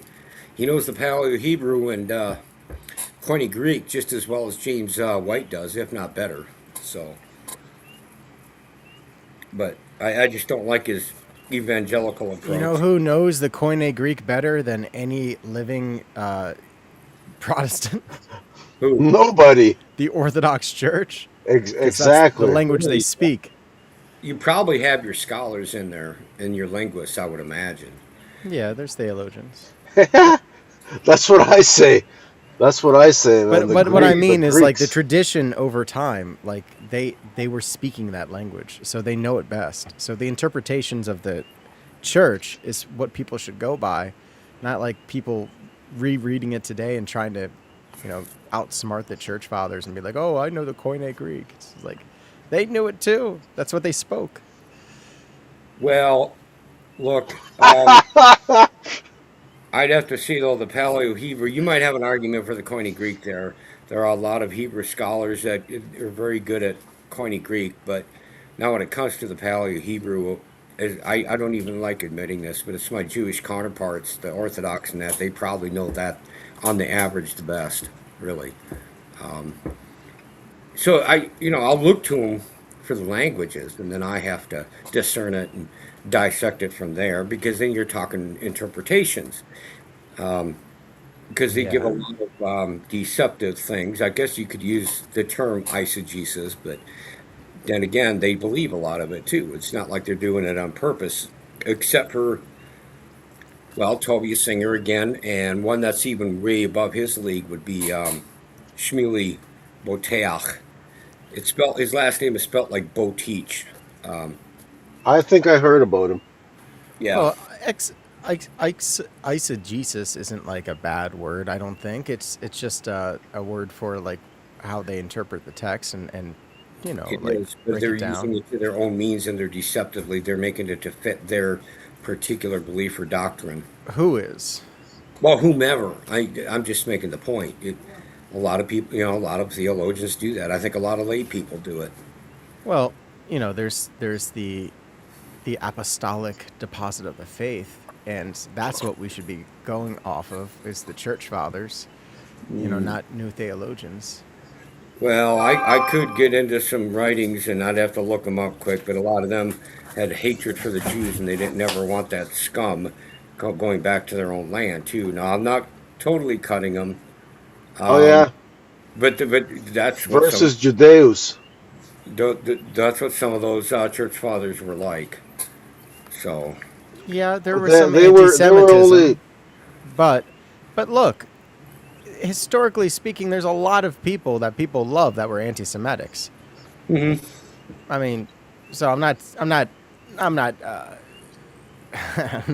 apologizing for anti-Semitism. I don't think anybody should be anti-Semitic, but like historically, you can understand that they had like enemies of the church, and like if people were talking bad about the Muslims, like maybe we can, take a look at history and just be like, hey, we understand that when they were persecuted by the Jewish people, that they would have, you know, some bad things to say about them. And they meant it in the sense that the people persecuting them, not every single Jewish person, maybe. Well, when some of them put, we don't want any of those filthy Jews ever coming back to this land, they weren't being targeting just one or two individuals. They were pretty much saying the whole shebang there, don't you think? I mean, I really don't want to have to look this up, Dan. Oh, Right. I know what you're saying. Even in Ezekiel, I think 33, where Ezekiel says, "I will bring you back to the land in unbelief, and I will bring you back," so that cannot be the church. There's no way. How can you call yourself Israel, going back to the land in unbelief? Hmm. That's not a Christian. That's somebody else. That's Israel. That's the Jews. No, no, And so God's got a plan for the Jews, man. I believe that. I also looked the deception of it too when what's his name Constantine got some of the bishops together. I think he wanted a lot more. I'm trying to think how many. I'd have it was 180 some bishops or something. He wanted, and really on a personal, from what I could tell, from what we can ascertain, as far as his own personal beliefs, he really didn't care. He just wanted unity. He didn't want the headache of people fighting all the time and him having to take care of it after he was emperor. Now, if we get back into eisegesis. I mean, you're interpreting the text, okay, and you're using your own ideas, your own prejudices, I guess you could say, and you're doing that instead of drawing it out of what it's intended to mean. You get what I'm saying, Daniel? I get what you're saying in the modern context, but you got to keep in mind that these early church fathers, they were dying for their faith. And like just before the Edict of Milan, like they were being persecuted by the state. So like Constantine like was changing something around very quick. And yeah, maybe part of it was that he didn't want his own empire to be in division. So he wanted the Christians all to like come to terms with like what is their creed. And that's what they did. But like to deny what they came up with and say like, oh, it's just them with their own prejudices, it's denying that the Holy Spirit was with them. You know, we don't believe that the Holy Spirit ever left the church. I don't think all of them were had nefarious means. I think some of them did. Then that'd get to be a long conversation with. Well, let's look at. I mean, even the guy that I had, that I told you that I have some respect for, that I admired, and you put him up for my avatar that day. St. Augustine? Augustus, excuse me, Augustine. I mean, he had some Augustine. Yeah, St. Augustine. Yeah, Augustine had some anti-Semitic things going on too. I just like to, and he walked away from it. He left it, but I kind of admired his Manichaean life that he had for a few years. You know, When he was a heretic. well, I'm not saying I like the heretical part. I just, he had women at his disposal and did what, lived a polygamous lifestyle. I'm cool with that in and of itself. Yeah, so, like, the only people who had nefarious intentions during the council were the heretics, you know. So, the church fathers had a consensus because they and the Holy Spirit agreed. You know, and we have to believe this, because if you don't, then why are you using the New Testament canon? You know, why It's a do good that? question. No, and it's a very good, fair question, and I just have to trust that it's the best that we have right now. Yeah, you got to trust that the Holy Spirit didn't leave the church, because Christ said that even the gates of Hades wouldn't prevail against the church. So, like, Wow. of course we had to trust that, because that's what Christ told us. I don't know if I trust that all those people had the Holy Spirit that that they transferred it. I'm brain farting again, but I'm trying to get the right word. They put it into other languages. There's a linguistic scholar, and he's actually quite well known, Nehemiah Gordon, and he's a Jewish Karaite Hakam. And to be honest with you, the way he interpreted and continued on the Hebrew Gospel of Matthew, I would trust his interpretation before I would most Christian linguists. Because frankly, he doesn't care. He doesn't have a dog in the fight. It doesn't mean, look, this is what these verses really do mean. This is the way Yeshua interpreted them. Take it or leave it. Yeah, but why trust him? Why not trust the church? I just said why. I just said why. He didn't have any Why? reason to reject it. He didn't. Look, some of these Christian linguists may even be doing. Because he doesn't care? They may That's be- why you trust him? Yeah, because he put it down the way he read it in Hebrew and was able to transfer it, to translate it. Yeah, And but who cares about that? What I matters do. is the interpretation of the church and the Holy Spirit, not No, like some no, guy no. who doesn't care. You're giving all those church fathers way too much credit, and I'm sorry, but I'm not even saying some of them meant to. Like, for example, the authorized version of 1611, aka King James Bible. Well, I think they did the best they could. They did the best they were allowed to with what they were given, because King James Stuart was always on their hind heels about it. But all of them had at one time been some kind of Roman Catholic priest, and whether they realized they had that sledgehammered into them from infancy on up, and whether they realized it or not, they probably put a Catholic slant to it, even if they didn't mean to. I think it's a decent translation, but I think we can do something better now, especially now they've found manuscripts since then, right? Septuagint and. Why is it seen as a bad thing to have the tradition of the church, though? That's like how the Holy Spirit has guided the church. Why would you go in a different direction? Well, you're the one who's saying that they were led by the Holy Spirit. I don't know about that. The church was. It has to be. Well, okay, Constantine changed the Sabbath It's the way body of after. Christ. Okay, Constantine changed the Sabbath to Sunday way after the church. Paul gave the letter to the church of Colossae. So when people go to Colossians 2:16, it's a bunch of nonsense. They're misinterpreting it, whether they realize it or not. Historically, it does not add up. What do you That- mean? Okay, do not regard any man for what he does on the Sabbath or a moon, and on and on. I could get it out and read it. Yeah, I know what Colossians says. I don't know what you mean by, like, what Constantine came way later. Because Christians will say, see, God doesn't care about the Sabbath. Well, we have a problem here, for one thing. His word never changes. It's established forever. You can find that in Old and New Testaments.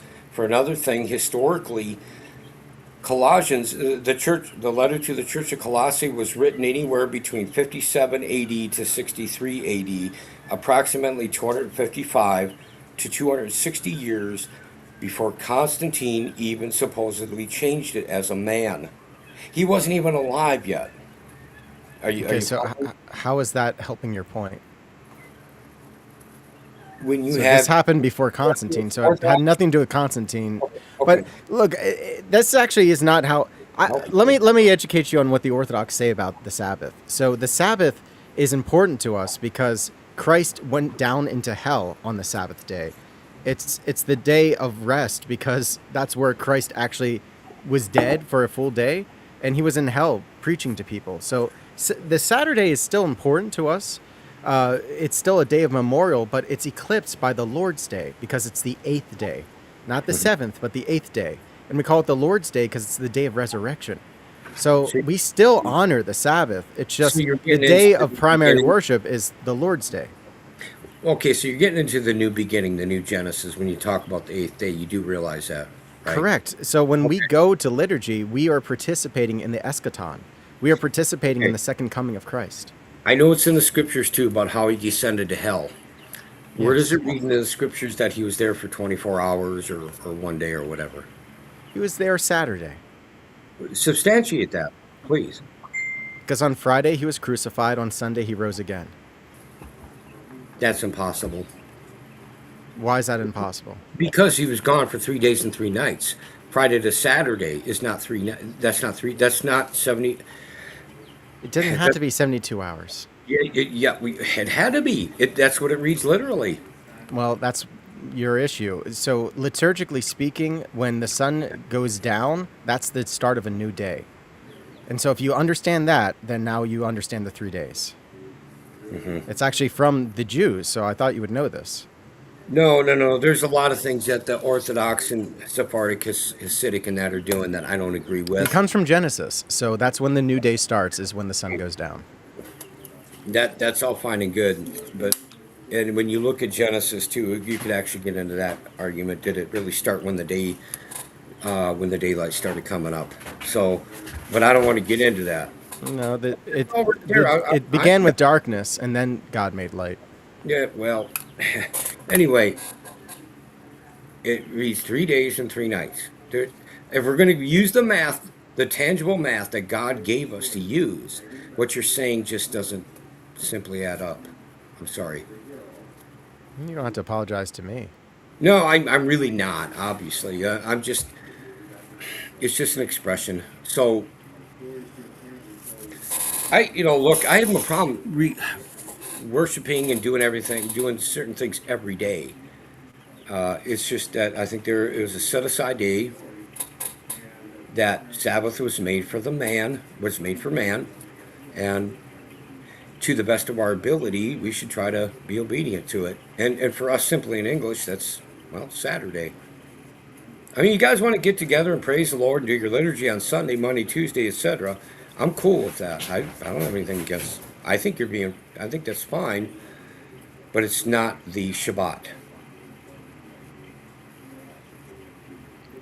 Yeah, well, eventually the Christians stopped worshiping on Saturday, and they stopped going to the synagogue those days because the rabbinical Jews saw the Christians as being, the heretics and killing them. So, this is a huge tension between the Christians and the Jews, and they started meeting on the first day of the week. It's in the Bible. Mm-hmm. Yeah, I know you're quoting where they were being persecuted and all that. You can go to the book of Acts, the letter to Theophilus, along with the Gospel of Luke. I think it was one letter at one time. Maybe not. But it's from Luke to Theophilus. So, again, I suppose if somebody... I don't have a vehicle to get to any Sabbath-keeping congregation at this current time, but I suppose if I was going out there and we were being attacked and all that, it's not me that I'm worried about. Then I'd have to probably think about maybe hiding out, thinking about depth safety, that's... You're bringing something up that is kind of beyond, like I said, what we're able to do. There's no way you can follow all these things right now anyway, like ancient Israel could, and sometimes did.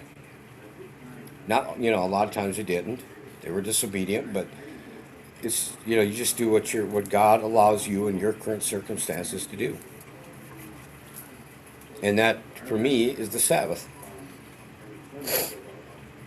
Yeah, I mean, I know for some people it's a really big deal. For us, hey, the Sabbath is still holy, but Sunday is the day of resurrection. That changed everything. So we exist in this eternal victory. We can have the kingdom of heaven inside of us, which is eternal. We're already living in the eighth day. Well, okay, you and I just have to disagree, I guess, and it'll be incomplete. Agreeing to disagree, that's incomplete, but I can accept that, I guess. Yeah, fair enough. AJ, do you have any thoughts on this? You've been kind of quiet. I'm just listening. Okay. The Sabbath debate, yeah. We've had this before with Jamie, because he's a Seventh-day Adventist. Well, I know Jamie Russell a little bit. I've been on his panel a couple times in the past. It's been quite a while. He's a Seventh-day Adventist, I believe. Yep. If I remember correctly. He's SDA all the way. Yep. Super into him. Yep. What do you think about this Seventh-day Adventist? I think he's one of your wrenches in the side chat, isn't he? He might be. Yeah. I think I saw him with a wrench the other day. Yeah, I think he probably is. Yeah. He's a lot more mild-mannered and meek. And I'm not putting him down for that. He's a lot less aggressive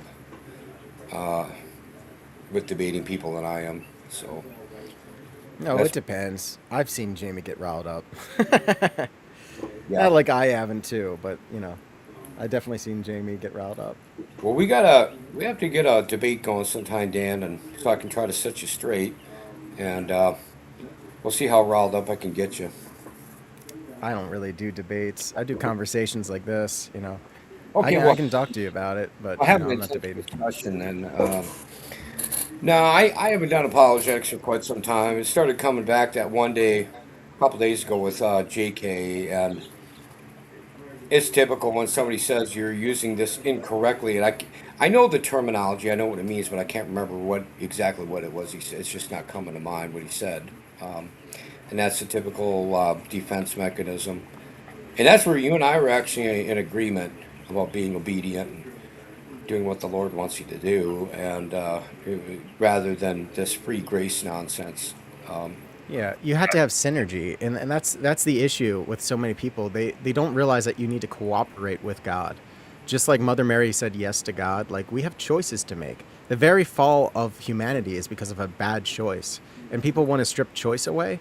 Like you'll miss half of Scripture if you don't think we have a choice. There's just so many times in Scripture where God says, like, don't do that, and people in like Paul writing to the churches, like, did I do this all in vain? Like, I fear that you guys aren't, you're going to fall away. And it's like, if we don't think that we have choice in that matter, we've basically turned God into like this computer program, and we're all just predetermined, and we're just like software. And it completely strips us of our dignity. It's a demonic ploy. Mm-hmm. Well, just become a real messianic Hebrew Israelite, and you'll have it all together. You're on your way. I'm telling you, you got to read that Bernstein book sometime, and you'll be like, I'm an Orthodox now. Now, look, I have some respect. I really do. For the Russian and Eastern Orthodox churches, I do have some respect for the Roman Catholics. They have some method and order going on, not all the chaos, even though I can't stand Pope Leo now. But what do you not like about Pope Leo? Well, if it was up to him, the way I heard him talk, we'd practically open up the borders again. And even if we didn't, we'd be taking them in left and right with, any question. And I don't look. We're seeing that we're not even beginning to scratch the surface of seeing the result. of the 4 years we had with Biden Harris. So, but you don't like politics. But Yeah. Leo's I'm just laughing because I know Pope Leo. What people believe is he said, "Let everybody come in, like open the borders for anyone to enter."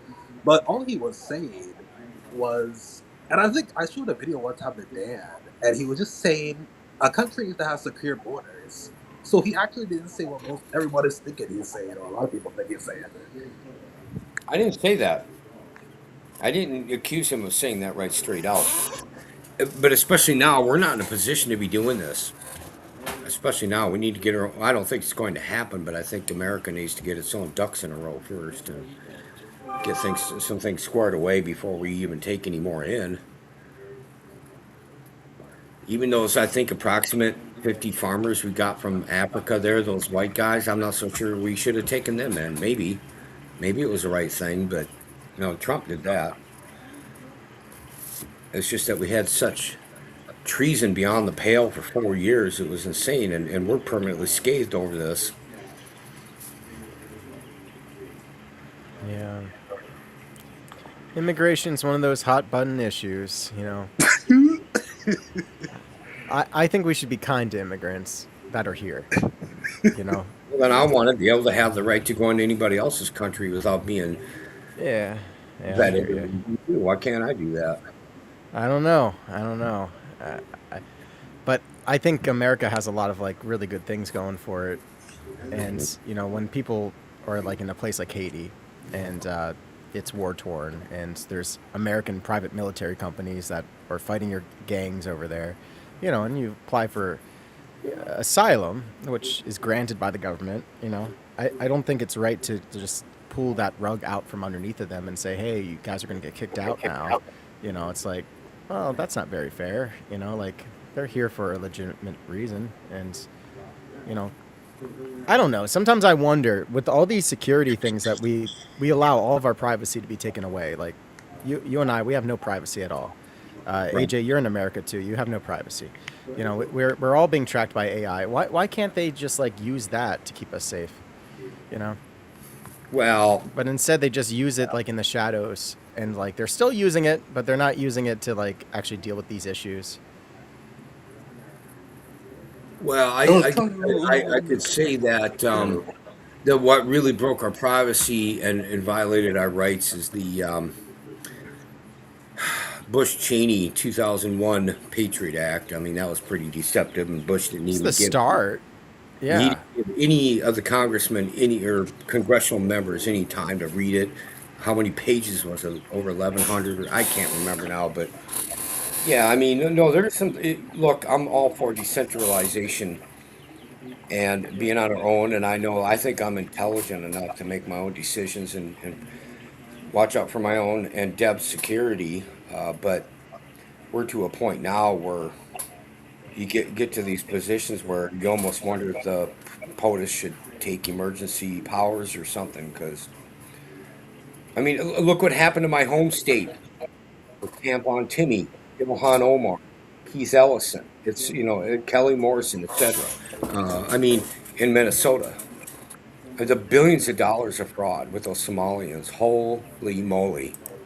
So would you be okay with Trump taking a bunch of more power so that he could get rid of all these immigrants? Yes. Well, as long as he doesn't abuse it. I mean, that's the problem. You don't know.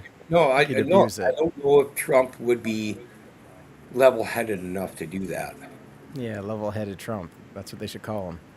Yeah, I don't know. I know there is something called Immigration OS, which is Maven's artificial intelligence system. Palantir made it. Basically, it was originally designed for prisons, but now it's used to track people all over the country. There's cameras everywhere, and they're using these AI. I forget what they're called. It's called AI something. But anyway, they're all over the country, and Maven uses it. It's part of Palantir, and they have something for immigration now, where they're going to be tracking everybody that's an immigrant. But they're tracking everybody. They're tracking you too. Using the system. All this. You're talking to a conspiracy theorist. Don't you worry. Yeah, it's all all the things that you ever imagined. It's pretty much out in the open at this point. Where you can see their systems and what they look like. All it takes is just a little small pixelated image of you, and they'll make it out with AI LLM technology, and they'll be like, that's his license plate, and we can track him going from here to there, and they'll just track your habits, and they have a file somewhere, and that's why they need all these storage centers, so they can just pull it up and be like, oh, Levite's the issue? Let's look up the last 6 months of where he's been, and they can find out everything about you. You know, the NSA and all that stuff, they have all your emails and your text messages. Like, they'll have a little profile of, like, who is Levites? They don't have to hire anybody to do this, to track everybody anymore. I know they're watching me, and I am very careful. Like, there's certain things I won't text. There's certain things I will not say out loud to any of you on any panel, or nor on the phone for that matter. And a lot of times when I do travel, when I had my pickup, and when that lady picks us up, you know, twice a month to do our grocery shopping and our farm supplies and that, I don't bring my phone with me, nothing. I can only do so much, and I just have to rely on God to protect me as much as He's willing from that stuff. Now, again, like you said, just look up Levite Con for the last 6 months. Yeah, they're going to get plenty on me, but I don't know. I mean, for that matter, look, I try not to, but you know, you can't be perfect all the time. But like, say, if I'm in a store and I was to see a Democrat poster, the look on my face, they'll get that much, whether I am in approval of it or not. I mean, I just do what I can, and I don't obsess with it like some do. You know, I have to trust the Lord. That's all I can do. And I do I am careful. I watch my moves. I watch what I say. A lot of people bust their own get their own hides busted because the stuff they text on chat sites, it's really amazing to me. It's actually quite humorous. But, yeah. I mean, I don't have that problem because I don't do anything illegal. But, yeah, I'm pretty open about everything, I think. I'm, like, on a live stream talking about it, you know. And does it get me shadow banned sometimes? Maybe. I don't know. I probably talk too much about Israel. But, you know, I love the Jews. I'm 5% Jewish. I like to remind people of that. well, I hey, went to a school with mostly Jewish people. Like, they're I'll see very if I good can people. get you in with Yeah. the A Sanhedrin. lot of them are against Israel, actually. That's a lot of people don't realize I'll that. see if I can get you approved with the Sanhedrin then. Bad joke. But Yeah. But, you know, eventually somebody's going to have a problem with the things I've said, and they'll come after me. I just have made peace with that. right, well, that's kind of where I'm at. I mean, we just do what we can, and if Elohim or God wants Deb and I, to get through this, especially if the apocalypse does come in our lifetime, and it probably will. If He wants us to live through that, we will. If He doesn't, well, I'll be martyred. It's just the way it'll be. So, Yeah. Do you guys ever get freaked out about martyrdom? Like, does it ever bother you? no, not me. I don't know about this guy. He can answer for himself. What do you think, AJ? You said for martyrdom, well, I mean, in a Mm-hmm. way, martyrdom is every day because we're dying to ourselves every day. If you truly claim to follow the Lord, I mean, you should be dying to yourself every day. So there's a martyrdom in that way. But I think I mentioned to you, Daniel, that if the martyrdom, as in like with spear or like as in physical killing, come, I pray Yeah. for the grace because in that moment you can say, look at what happened with Saint Peter. Saint Peter said, "I'll die for you, Lord," and then he ran away. So I pray for the grace. I mean, one if you can confidently say, I mean, that's look at what happened to Peter. So I want to be presumptuous. Yeah. Yeah, that's kind of I feel the same way. But you know, I like what you said about that everybody's a martyr in the sense that being a witness of Christ. But yeah, in terms of being killed for your faith, I wonder what I would do because I'd like to say like, oh yeah, I would go with joy and I'd say glory to God for all things and I'm praying for you. I forgive you for what you're doing to me. Like I'd love to say that that's what I do, but I know I don't actually have the strength to do that. So like I would have to rely on God there, and it does it. You know, obviously nobody wants to go through torture. I mean that's pretty terrible. I mean, you would have to. I mean, look at like going back to Peter. Like he was the apostle, a disciple of Christ. That if he got scared and ran away, then who are we to say? Like that's why Christ said, watch with me and pray. The Lord told them to pray. They didn't pray. That's why they started to run. Yeah. Yeah, it's crazy, the I feel like there's a lot of humility in the gospels too, because they dutifully record down how many times Christ warned them what was going to happen, and they still didn't really get it. They didn't understand that, like, the hour is coming, like it's really going to be tonight and they're going to take me. And they were like, that can't happen to Christ, because they saw, I think what happened was, like, they saw so many times he got out of danger. Like, there was so many times in the Bible where, like, the Jews were going to kill him. He called himself the Son of God, or like he healed on the Sabbath, and they were going to kill him, and he just kind of like walks in the midst of them and just like somehow gets out of it. And there's a theory that that's what Judas thought was going to happen too, is that he could just make 30 pieces of silver. Jesus wouldn't actually get crucified, and he would just never see him again. And when he did get crucified, he was just like, "Oh my God, what have I done? What have I done?" And he fell into despair.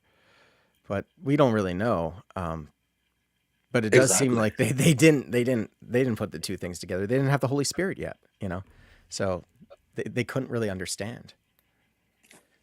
Yeah. And also when they asked Peter, "Were you with Jesus?" and he said no, he began to swear and say, "I do not know the man." That's why when I hear people say they, like, let's say if someone put a gun to their head and just asked them a question, like in the moment, or at least if it's not happening to you, you can say, yeah, that will happen. But in the moment when the gun is to your head, just like when Peter, they asked him that question and he starts to even swear to the point of swearing. That's why it's important to pray and in humility say, "I pray to God," you would be, instead of definitively saying, because that's why I just take the example of when, like I said, Christ said pray, because prayer is the answer. That's the only answer to this question. Yeah. I feel like a gun would probably be a little bit easier. Like, the things that I worry about is like torture. Like, I know what a lot of the saints went through. They were like flayed alive and like put into like, they were burned alive sometimes. They were drowned. All these horrible things happened to them. There's like one saint that, like, he has an icon of him just holding his own skin because they skinned him alive. And it's like, these are the heroes of our faith. This is what they were willing to endure for Christ. And how much am I willing to endure? When I really look at myself honestly, and I'm like, how many times can I even bear myself to abstain from the pleasures of the world? That to me is a crucifixion. It's like not doing something that I want to do that is pleasurable.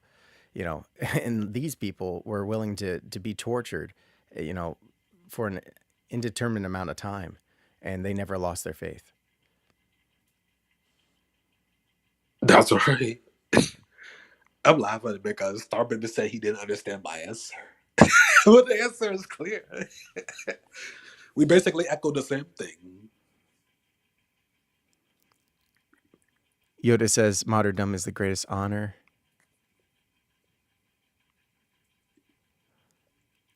Lena says, I think it helps to do embarrassing things for God now too. What do you mean by that?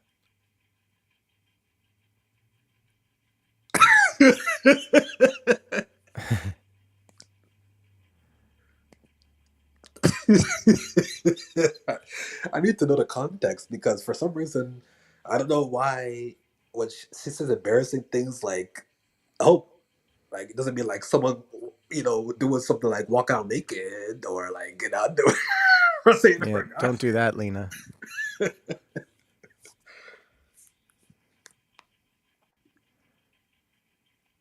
Yeah, I'm sorry. I wasn't really looking at the chat too much.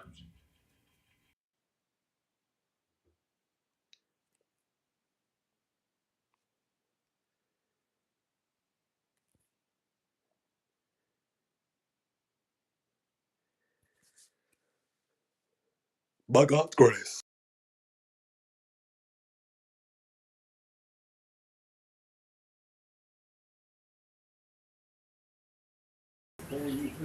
I was just away from my screen there for a little bit. I had to do something. Is Dan away from his now? I believe so. Oh, he's back. What is going on today? What's up? We got solar flares going on? Let me take a look here. No, I don't see any solar flares. I think it's just being weird. Are you having any issues on your end or what? I don't know. It seemed like I disconnected for a little bit, didn't it? Yeah, you dropped out. I could hear what's his let me look. Yeah, what is your name? The other guy. My name is AJ. AJ, right there. Okay, gotcha. Yeah, I could hear you, AJ, but you look like you'd shut your camera off, so I thought you maybe left for a couple seconds or so. Yeah.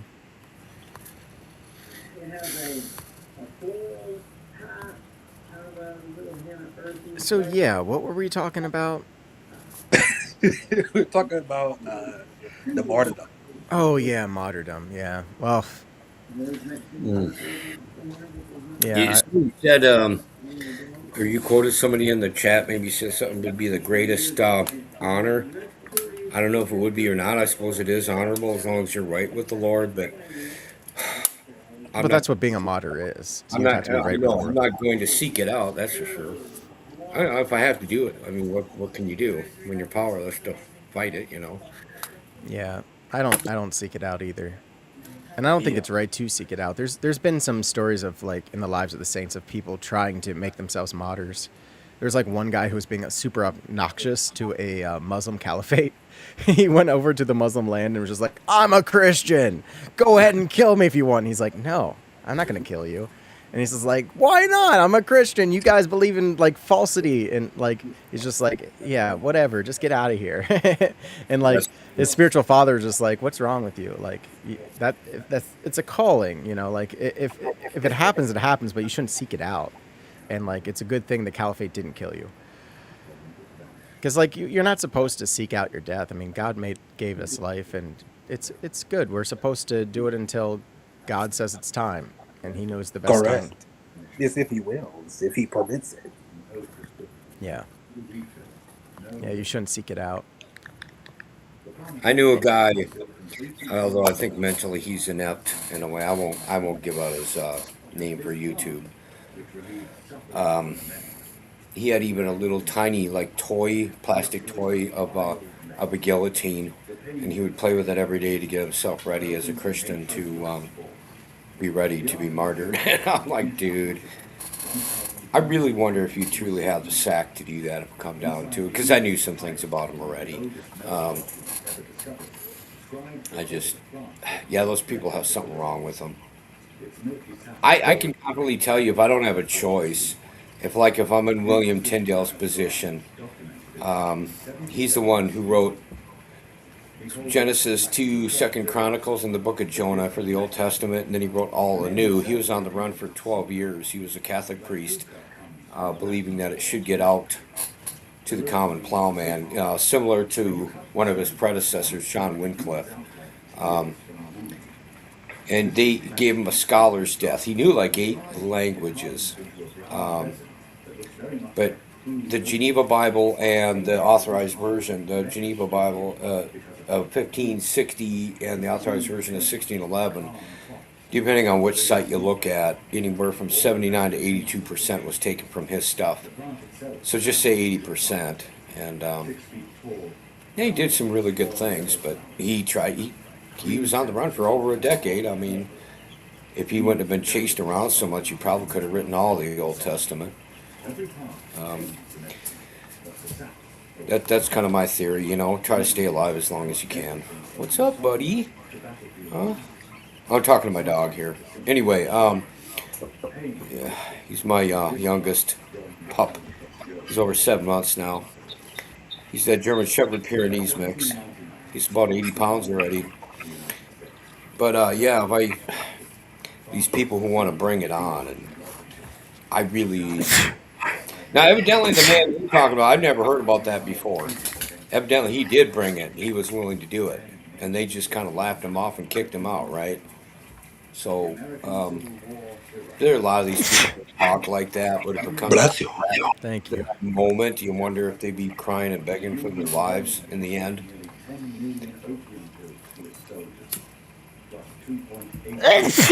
Bless you. Oh, All yeah, right. Thank you. something going on tonight, Dan. Yeah, It's like allergies you're or something. Yeah, I hope I'm not getting sick. That would be crazy. I do feel like a little hoarse in my throat, but I imagine that's because I read from my novel like for over 3 hours. But I don't know. Anyway, I was gonna say it's good to remember that you will die, like memento mori. That's a good thing. Memento mori, is that Latin? Yes. Okay, I thought it was. I knew it wasn't Hebrew. Yep. Memento mori. Remember that you'll die. It actually literally translates to I remember death, but yeah. So Yeah. I have a lot of allergies. I get that pollen stuff going on, but it's not bothering me at this moment. Praise the Lord. yeah, praise the Lord. Yeah, thank God. There's days I'd probably have to take myself out of your panel. You get it so bad, you sneeze left and right, and you're looking about ready to pass out. It Yeah. would do me any good to be here. Yeah, the rolling sneezes are especially frustrating. Yeah. You ever see a dog sneeze like that? It's really funny. Yeah, I've seen my dogs sneeze and they shake, rattle, and roll after that, Yeah, they run a feedback loop for a little bit, and I feel so bad for them because like what it feels like when that happens. I've had it happen to me, just even on this stream. It's not a good feeling. Poor pooch. Yeah.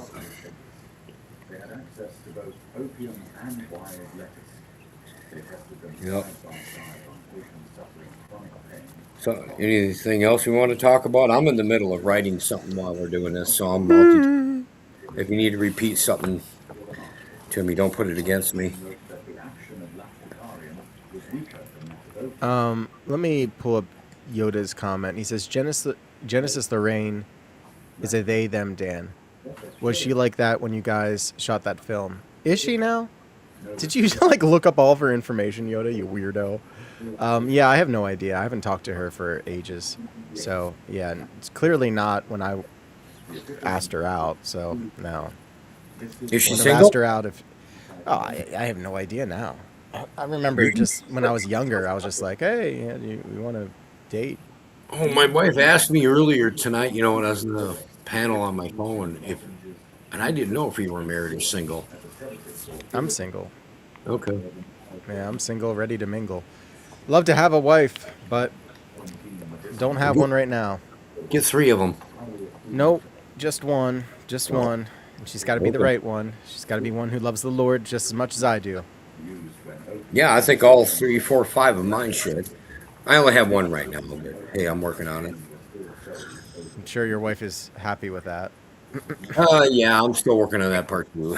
She isn't very open to that, and she gets a little upset, but I'd rather be transparent and honest with her, It's an argument. It's, One man, one wife, man. I don't know where you're getting this polygamy stuff, but yeah, it's an issue that we have discussed over the years many times. In Hebrew, it's called polygyny. yeah. Free love. Dan tried to date her.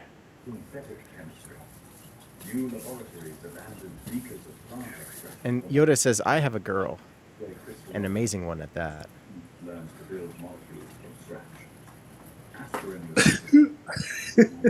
One thing I say, Daniel, is I'm glad you didn't pull up Yoda's comment from like about 20-ish minutes ago, because for that one, when we were talking about the immigrants, he had Yeah. said something about a bit crude. I'm not gonna repeat it, but I think he said you wanted immigrants coming in so you could do something specific. Oh, yeah, yeah. He always says that. And I always tell him that's bad and cut it out, Yoda. Yoda, that's why you lost your wrench. I don't think you're ever gonna get it back at this point, man. You have to like trick me into saying like, oh yeah, I'll never make those jokes again. I want people to be able to moderate that stuff because. Well, I mean, after I know I'm a hypocrite though because my science fiction novel is super bad, but like this is talking about me now, and after I've been differing with some things on with some issues with you, Dan, I suppose you'll never give me a wrench in the first place, and that's okay. Why? Because you're a Sabbath keeper. Sabbath keeper, giving you the right way of the Torah instructions, that sort of deal. I could give you a wrench. I give lots of people wrenches. Like SDA Jamie's got a wrench, and he's. Hold on a sec. I'll type in. I'll put. Hold on. I'm doing. Let's see. Greeting. Like, this is what happens, Yoda. I'm gonna give him a wrench before you. Well, because you make bad jokes. Bad jokes, Yoda. I tell you not to do it. I'm not being arrogant in this. I could be one of the best wrenches around. I don't. There's a difference between ad hominems and cutting people and being a troll, and just giving your honest opinion, even if the person differs with you. I have technically, I think one Osage person for sure is my wrench. But if he used to ever like not promote it, but if he used to ever like push it and try to change people, because most of my crowd is not, then I'd probably take it away from him. All right, you got wrenched. Oh, cool. Use it wisely. Oh, I will. I can hardly wait. Watch out, Yoda. Delete any breaks. Yoda says, I'm humoring you by being here without a wrench. Do I hit close. I'm going to put cool. Oops. Let's see. Exclamation mark. Okay. That's what a wrench looks like today? Yeah, it's like a shield now. Oh, I didn't know that. See, I do a live stream once every few months. I don't even keep up on this stuff anymore. And there's a difference between a standard moderator and that higher one up. Last I knew. I can't remember now. It's been too long. Because I bumped some of my moderators up to that X level. Some of them I just left them on the standard, just the normal one. Yeah.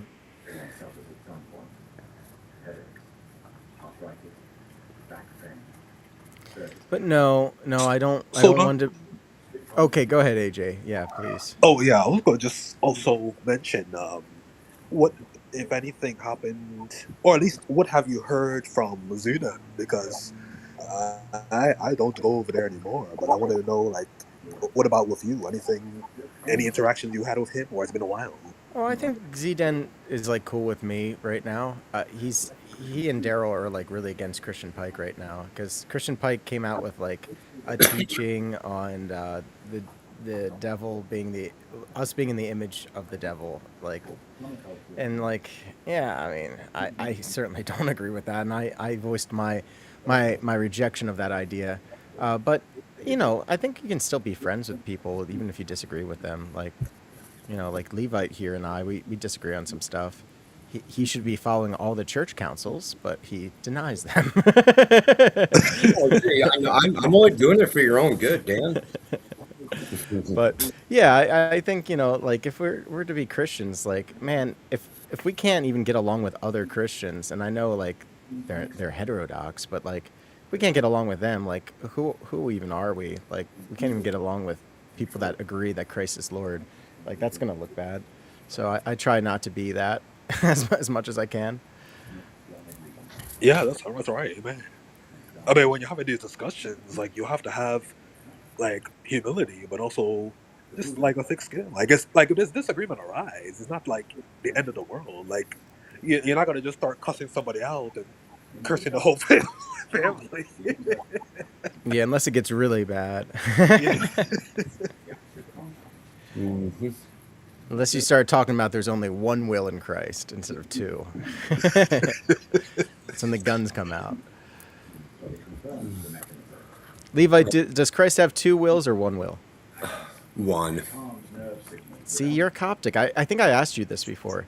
You would be an Oriental Orthodox. But the West all agrees, like Protestants, Catholics, Eastern Orthodox, we all agree that Christ has two wills. But Well, if you're including the fathers, but I mean, he's submitting to the Father's will to this moment as I speak. I mean, they're evenly, yes, they're different. That's obvious. Okay, they're separate. They're echad, one in unity, semicolon, not in number. But they all three have the roles to play: the Father, the Son, the Rosh Hashanah, as you call the Holy Spirit. But they're all evenly yoked. There's no disagreement. There's no dissension. There's no questioning.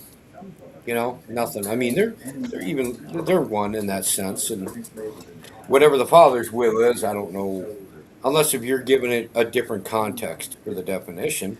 so, like, here's where it came down to with church history. There was a guy named Nestorius who said that Christ was two people. He was like, there was the God, the Son of God, and the Son of Man, and then he believed that the Theotokos only gave birth to a man, not to God.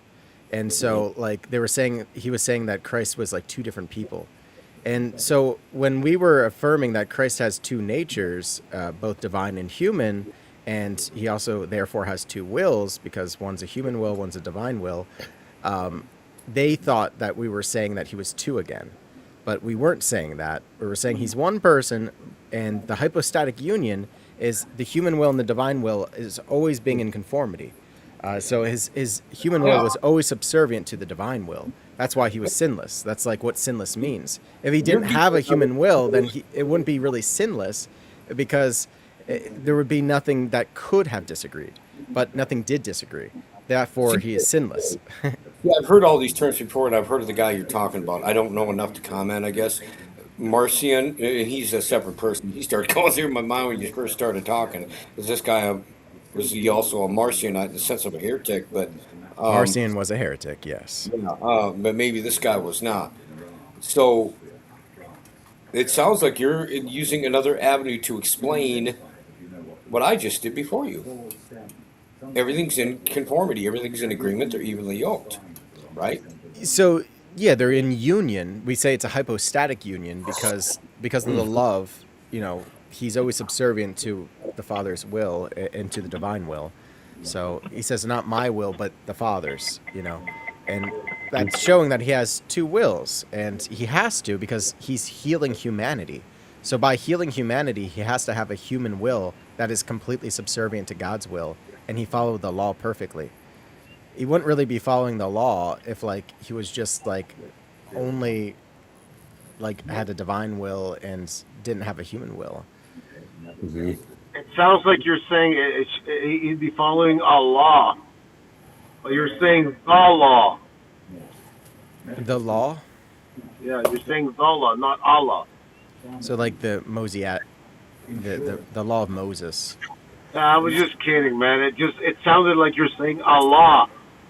Because there's some other static. It sounded like you're saying Allah. Are you saying a lie? I remember your joke. You got me. I got you. You guys don't have this back home. Molson? Oh, they have that in America. Yeah. Canadian? Yeah. You can import it. No way. They import lots of beer in America. Yeah, they do. I guess I'm all USA, man. You guys probably have some imports from America tue. I mean, you have Coors Light, yeah. Where are you from? 4.2.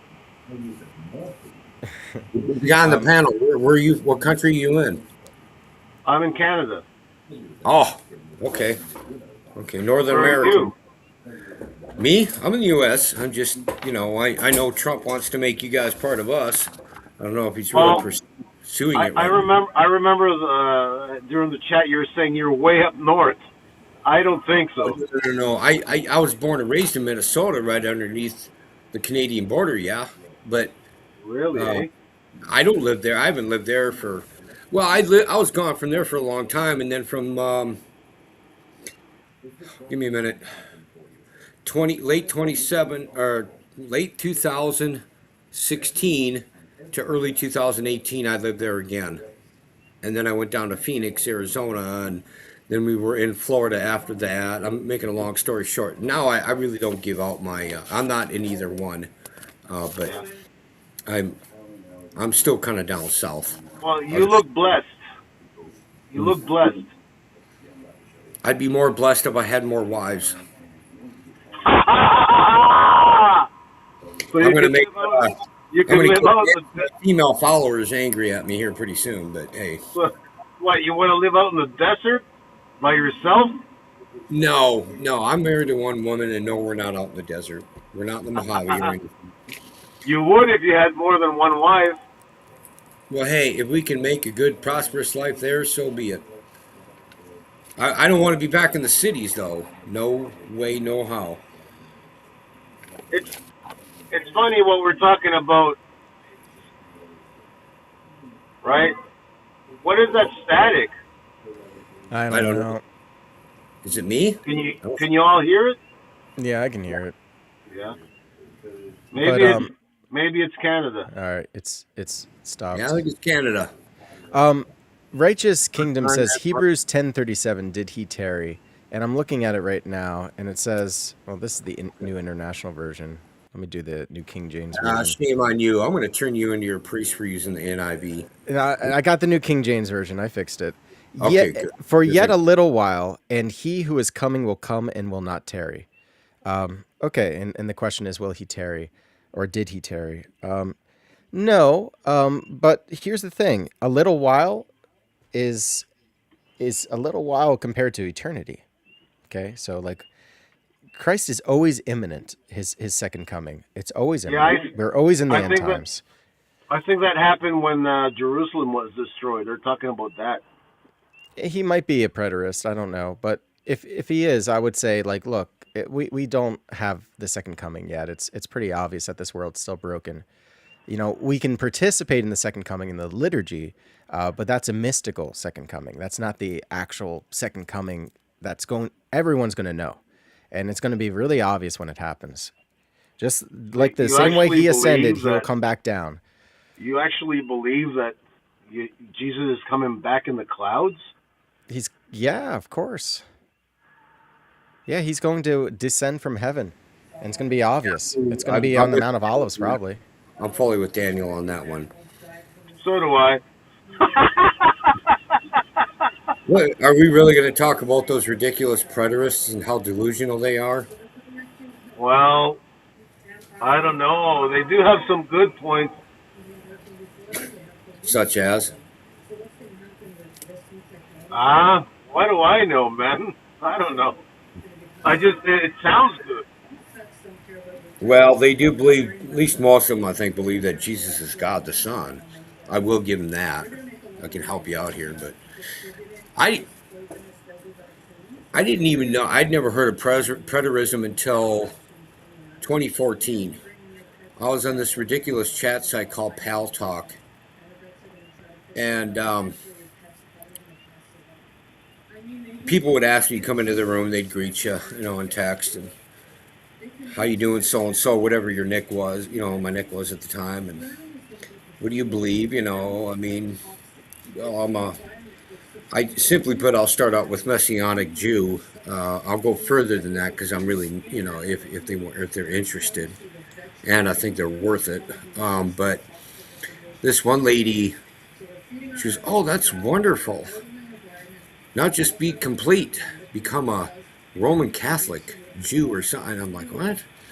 Kind of nonsensical statement is that? But she would type in things too about how great things were in life, and granted, in 2014 things weren't quite as bad as they are now, 12 years later. But we had plenty of crap going on in our country and around the world.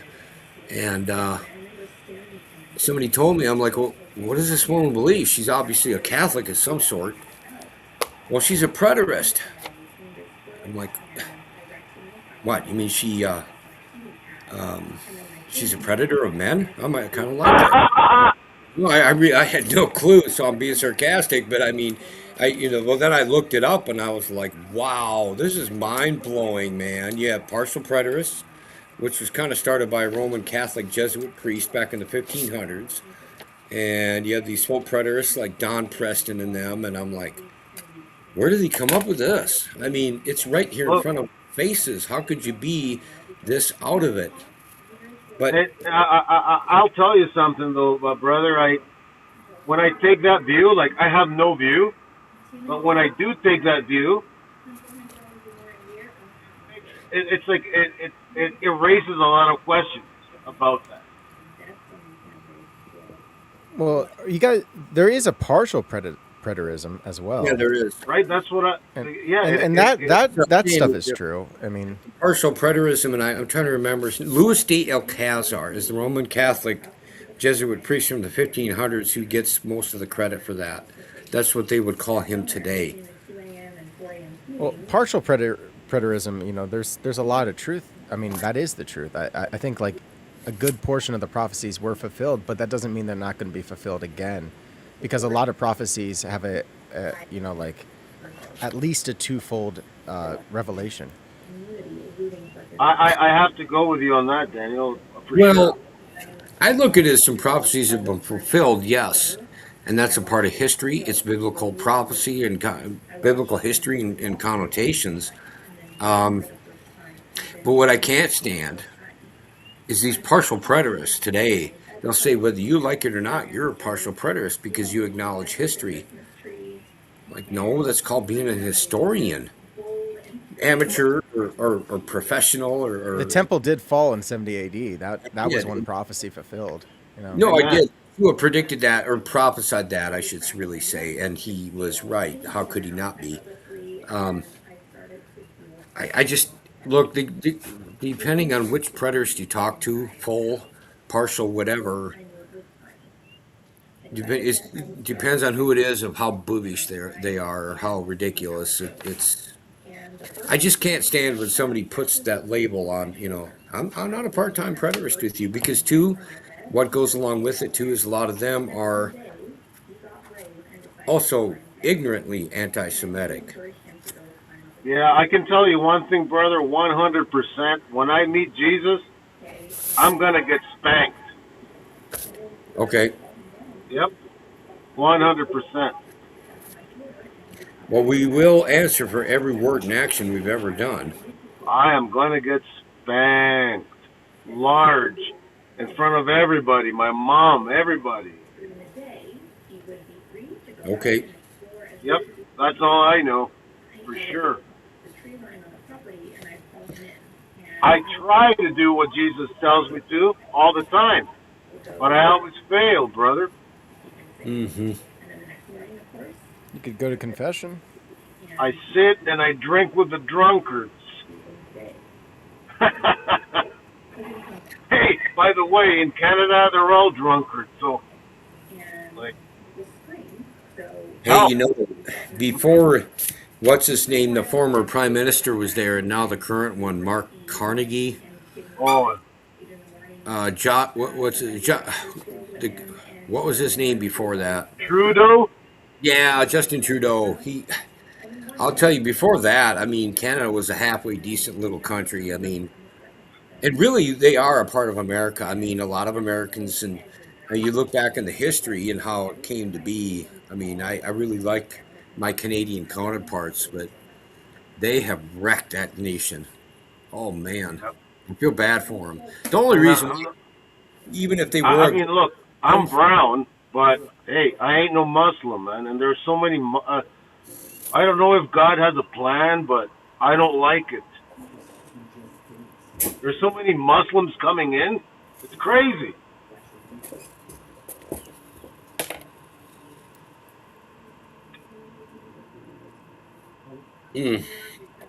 Well, that's happening in our country now, too.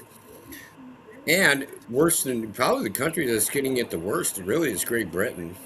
Oh, man. Even Canada's rougher than they are. That is really bad. Yeah, Keir Starmer. Oh, he's a piece of work. It's very bad.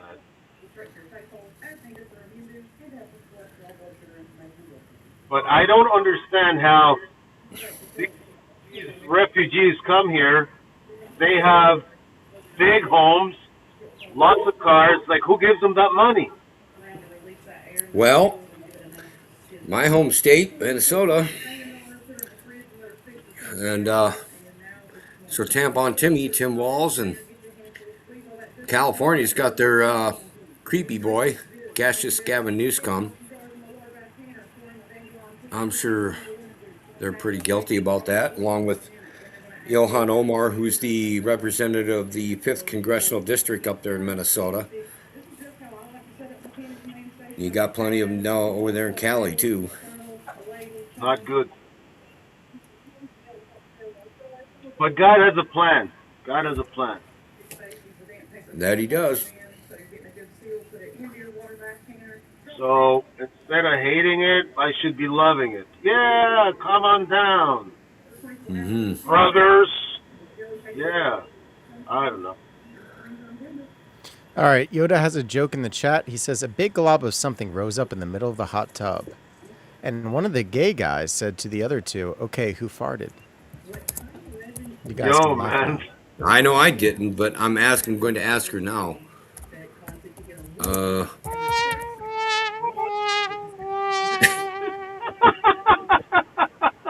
That's funnier with that music. That's hilarious. There, I'm asking her what's wrong with fart jokes. So Gap Anime, Lena says, you can go to confession, then next year go to Mass on Divine Mercy Sunday. That's a fresh start, just like being a baby again almost. Tell her, ask her if she'll come with me.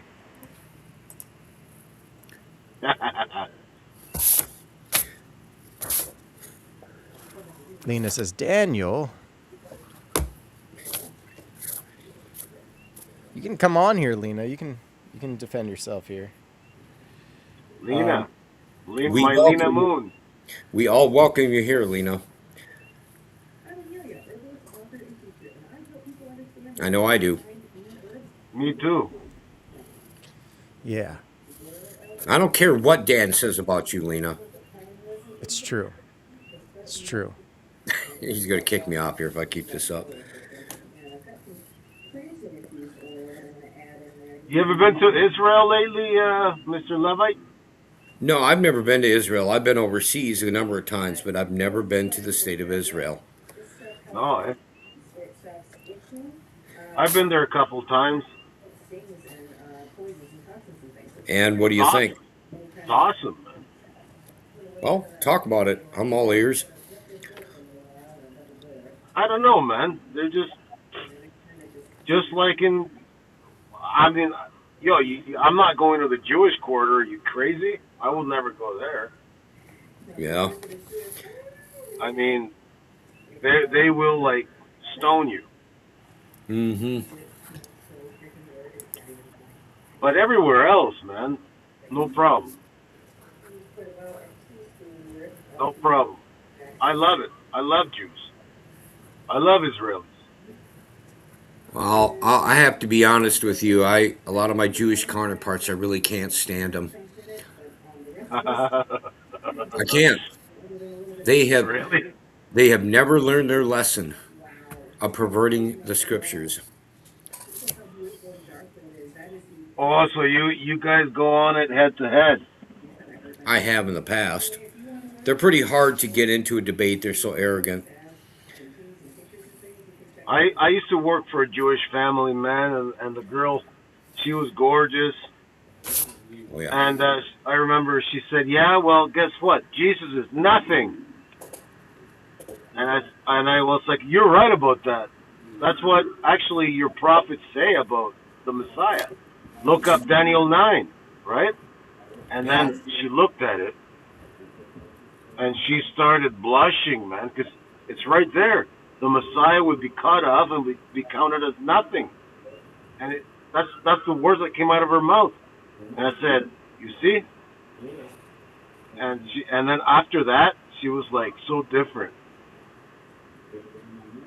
But that was a miracle because I don't know much. Like I read here and there, but I came across that, and it was like, it's so clear. And it was at the right time. I think she's messianic now. So God will use a donkey like me, man. Oh, you got to keep loving your brothers, man. I don't know. Well, look, you can show them those scriptures, including Isaiah 53, and they'll just, as far as the Jews have been blinded, generally speaking, it holds true. They'll just look right at you and, that's not what it means. Okay. Like they'll use a really ridiculous argument for Isaiah 52 verses 13 through 15 and all 12 verses of Isaiah 53. They'll say that's all of Israel. I'm like, you're joking, right? No. That's only one person. Come on. Use a little bit of EQ, Rabbi. Yeah, that is weird, eh? Well, they've been doing it for 2,700 years almost since Isaiah was around. So I guess it's weird, but yet at the same time it's normal. So do you have a view that at the end times they will acknowledge Christ like as a nation, or? Yeah, to an extent I do, but that's more. It's complicated because you got to understand the state of Israel that came to be on a Friday, May 14th of 1948. Even to this day, they're still technically smaller than the state of New Jersey, and I'm saying that because go back to when King Solomon ruled, they were 9 times larger. They were supposed to be 10 times larger, but they never did take that last part. And if you read Judges chapter 1, they were reprimanded for that. Right. So I'm not really sure how to. I mean, I am. There's a lot of things I can give my point of view on, but it's not that easy. So there's these Pentecostals or Protestants, whatever, who talk about Joseph and the amazing Technicolor Dreamcoat. I don't know if that's in the Bible, but they're saying that Joseph represents Jesus, and that the 12 tribes of Israel they put him to death, whatever, put him as dead, and then he went to Egypt, and then he went to the Gentiles, and then there was a great famine, and then they all bowed down to him. Mm-hmm. So he's a type of Christ, but there's also, like, Daniel was a type of Christ too. I'm thinking it was Nebuchadnezzar that bowed to him, but somebody bowed to him. Moshe, as in Moses. Yeah, Moses was a type. Yeah, there's basically all of the Old Testament is just talking about Christ. Yeah. So this guy that I'm trying to say is that he's saying that at the end of the times, like whatever, the Jews, they rejected Christ, but there'll be a great famine, whatever, Jacob's trouble, and then they will all acknowledge Jesus and they will bow down to Jesus, and then I don't know.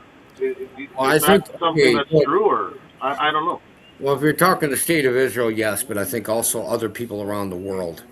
Okay, then when they're getting slaughtered left and right, and that includes anybody who's a believer in Yeshua really is a Jew. And one, I don't want to get into the profoundness of that. It's just they're going to be crying out to Christ, people that were not believers in the first place. Right. So now, will the state of Israel be unique in that area? Probably. I believe that. Yeah. Yeah. Well. So Netanyahu, Jesus is the son. Jesus is God. Hold on, guys. I have to put this mute for a couple of minutes. My dogs are whining. I need to take them out to do their business. Well, okay. I think I'm going to be closing out the panel here. Yeah. God bless you, Daniel. Yeah. Take care, guys. It's almost 4 hours in now. That's amazing. Yeah, well, considering that I did a 3-hour stream of reading my book earlier, that's like 7 hours of my day. I was hoping you'd do the full 6 hours, Dan. I know, but I need to eat something, He's got to go eat McDonald's and Taco Bell. Be rude. I know, that's what I wish I could get. Be rude and eat in front of us. God has nothing to do with McDonald's or Taco Bell, bro.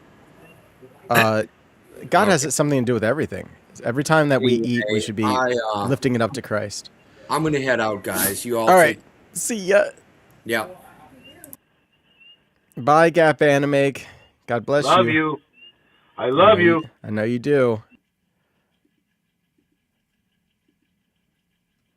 All right, folks. A lively discussion as always. Yoda says Jersey Mike's Italian. It's a little late for that. I think I'm just going to make something here. In fact, I have it making right now. I have it in my air fryer. So I'm going to eat something after a long time being on the internet today. But I do it for you, the kind folks out there. I want to give something back because that's the only time that we're participating in God. You know, what we know about God is what his energies are, his activity. And his activity is constantly sharing himself. So I wanted to do a little bit of that today. I hope I did a good job. I hope you were entertained, but I also hope that we had some meaningful conversations on here. I think just to recap some of the conversations, I think AJ and I had a very good, a very, very polite conversation about the schisms between our churches, things that seemingly are impossible online these days. We were able to do. And, we had other folks talking about all kinds of different things today. But that's the nature of an open panel. So the next stream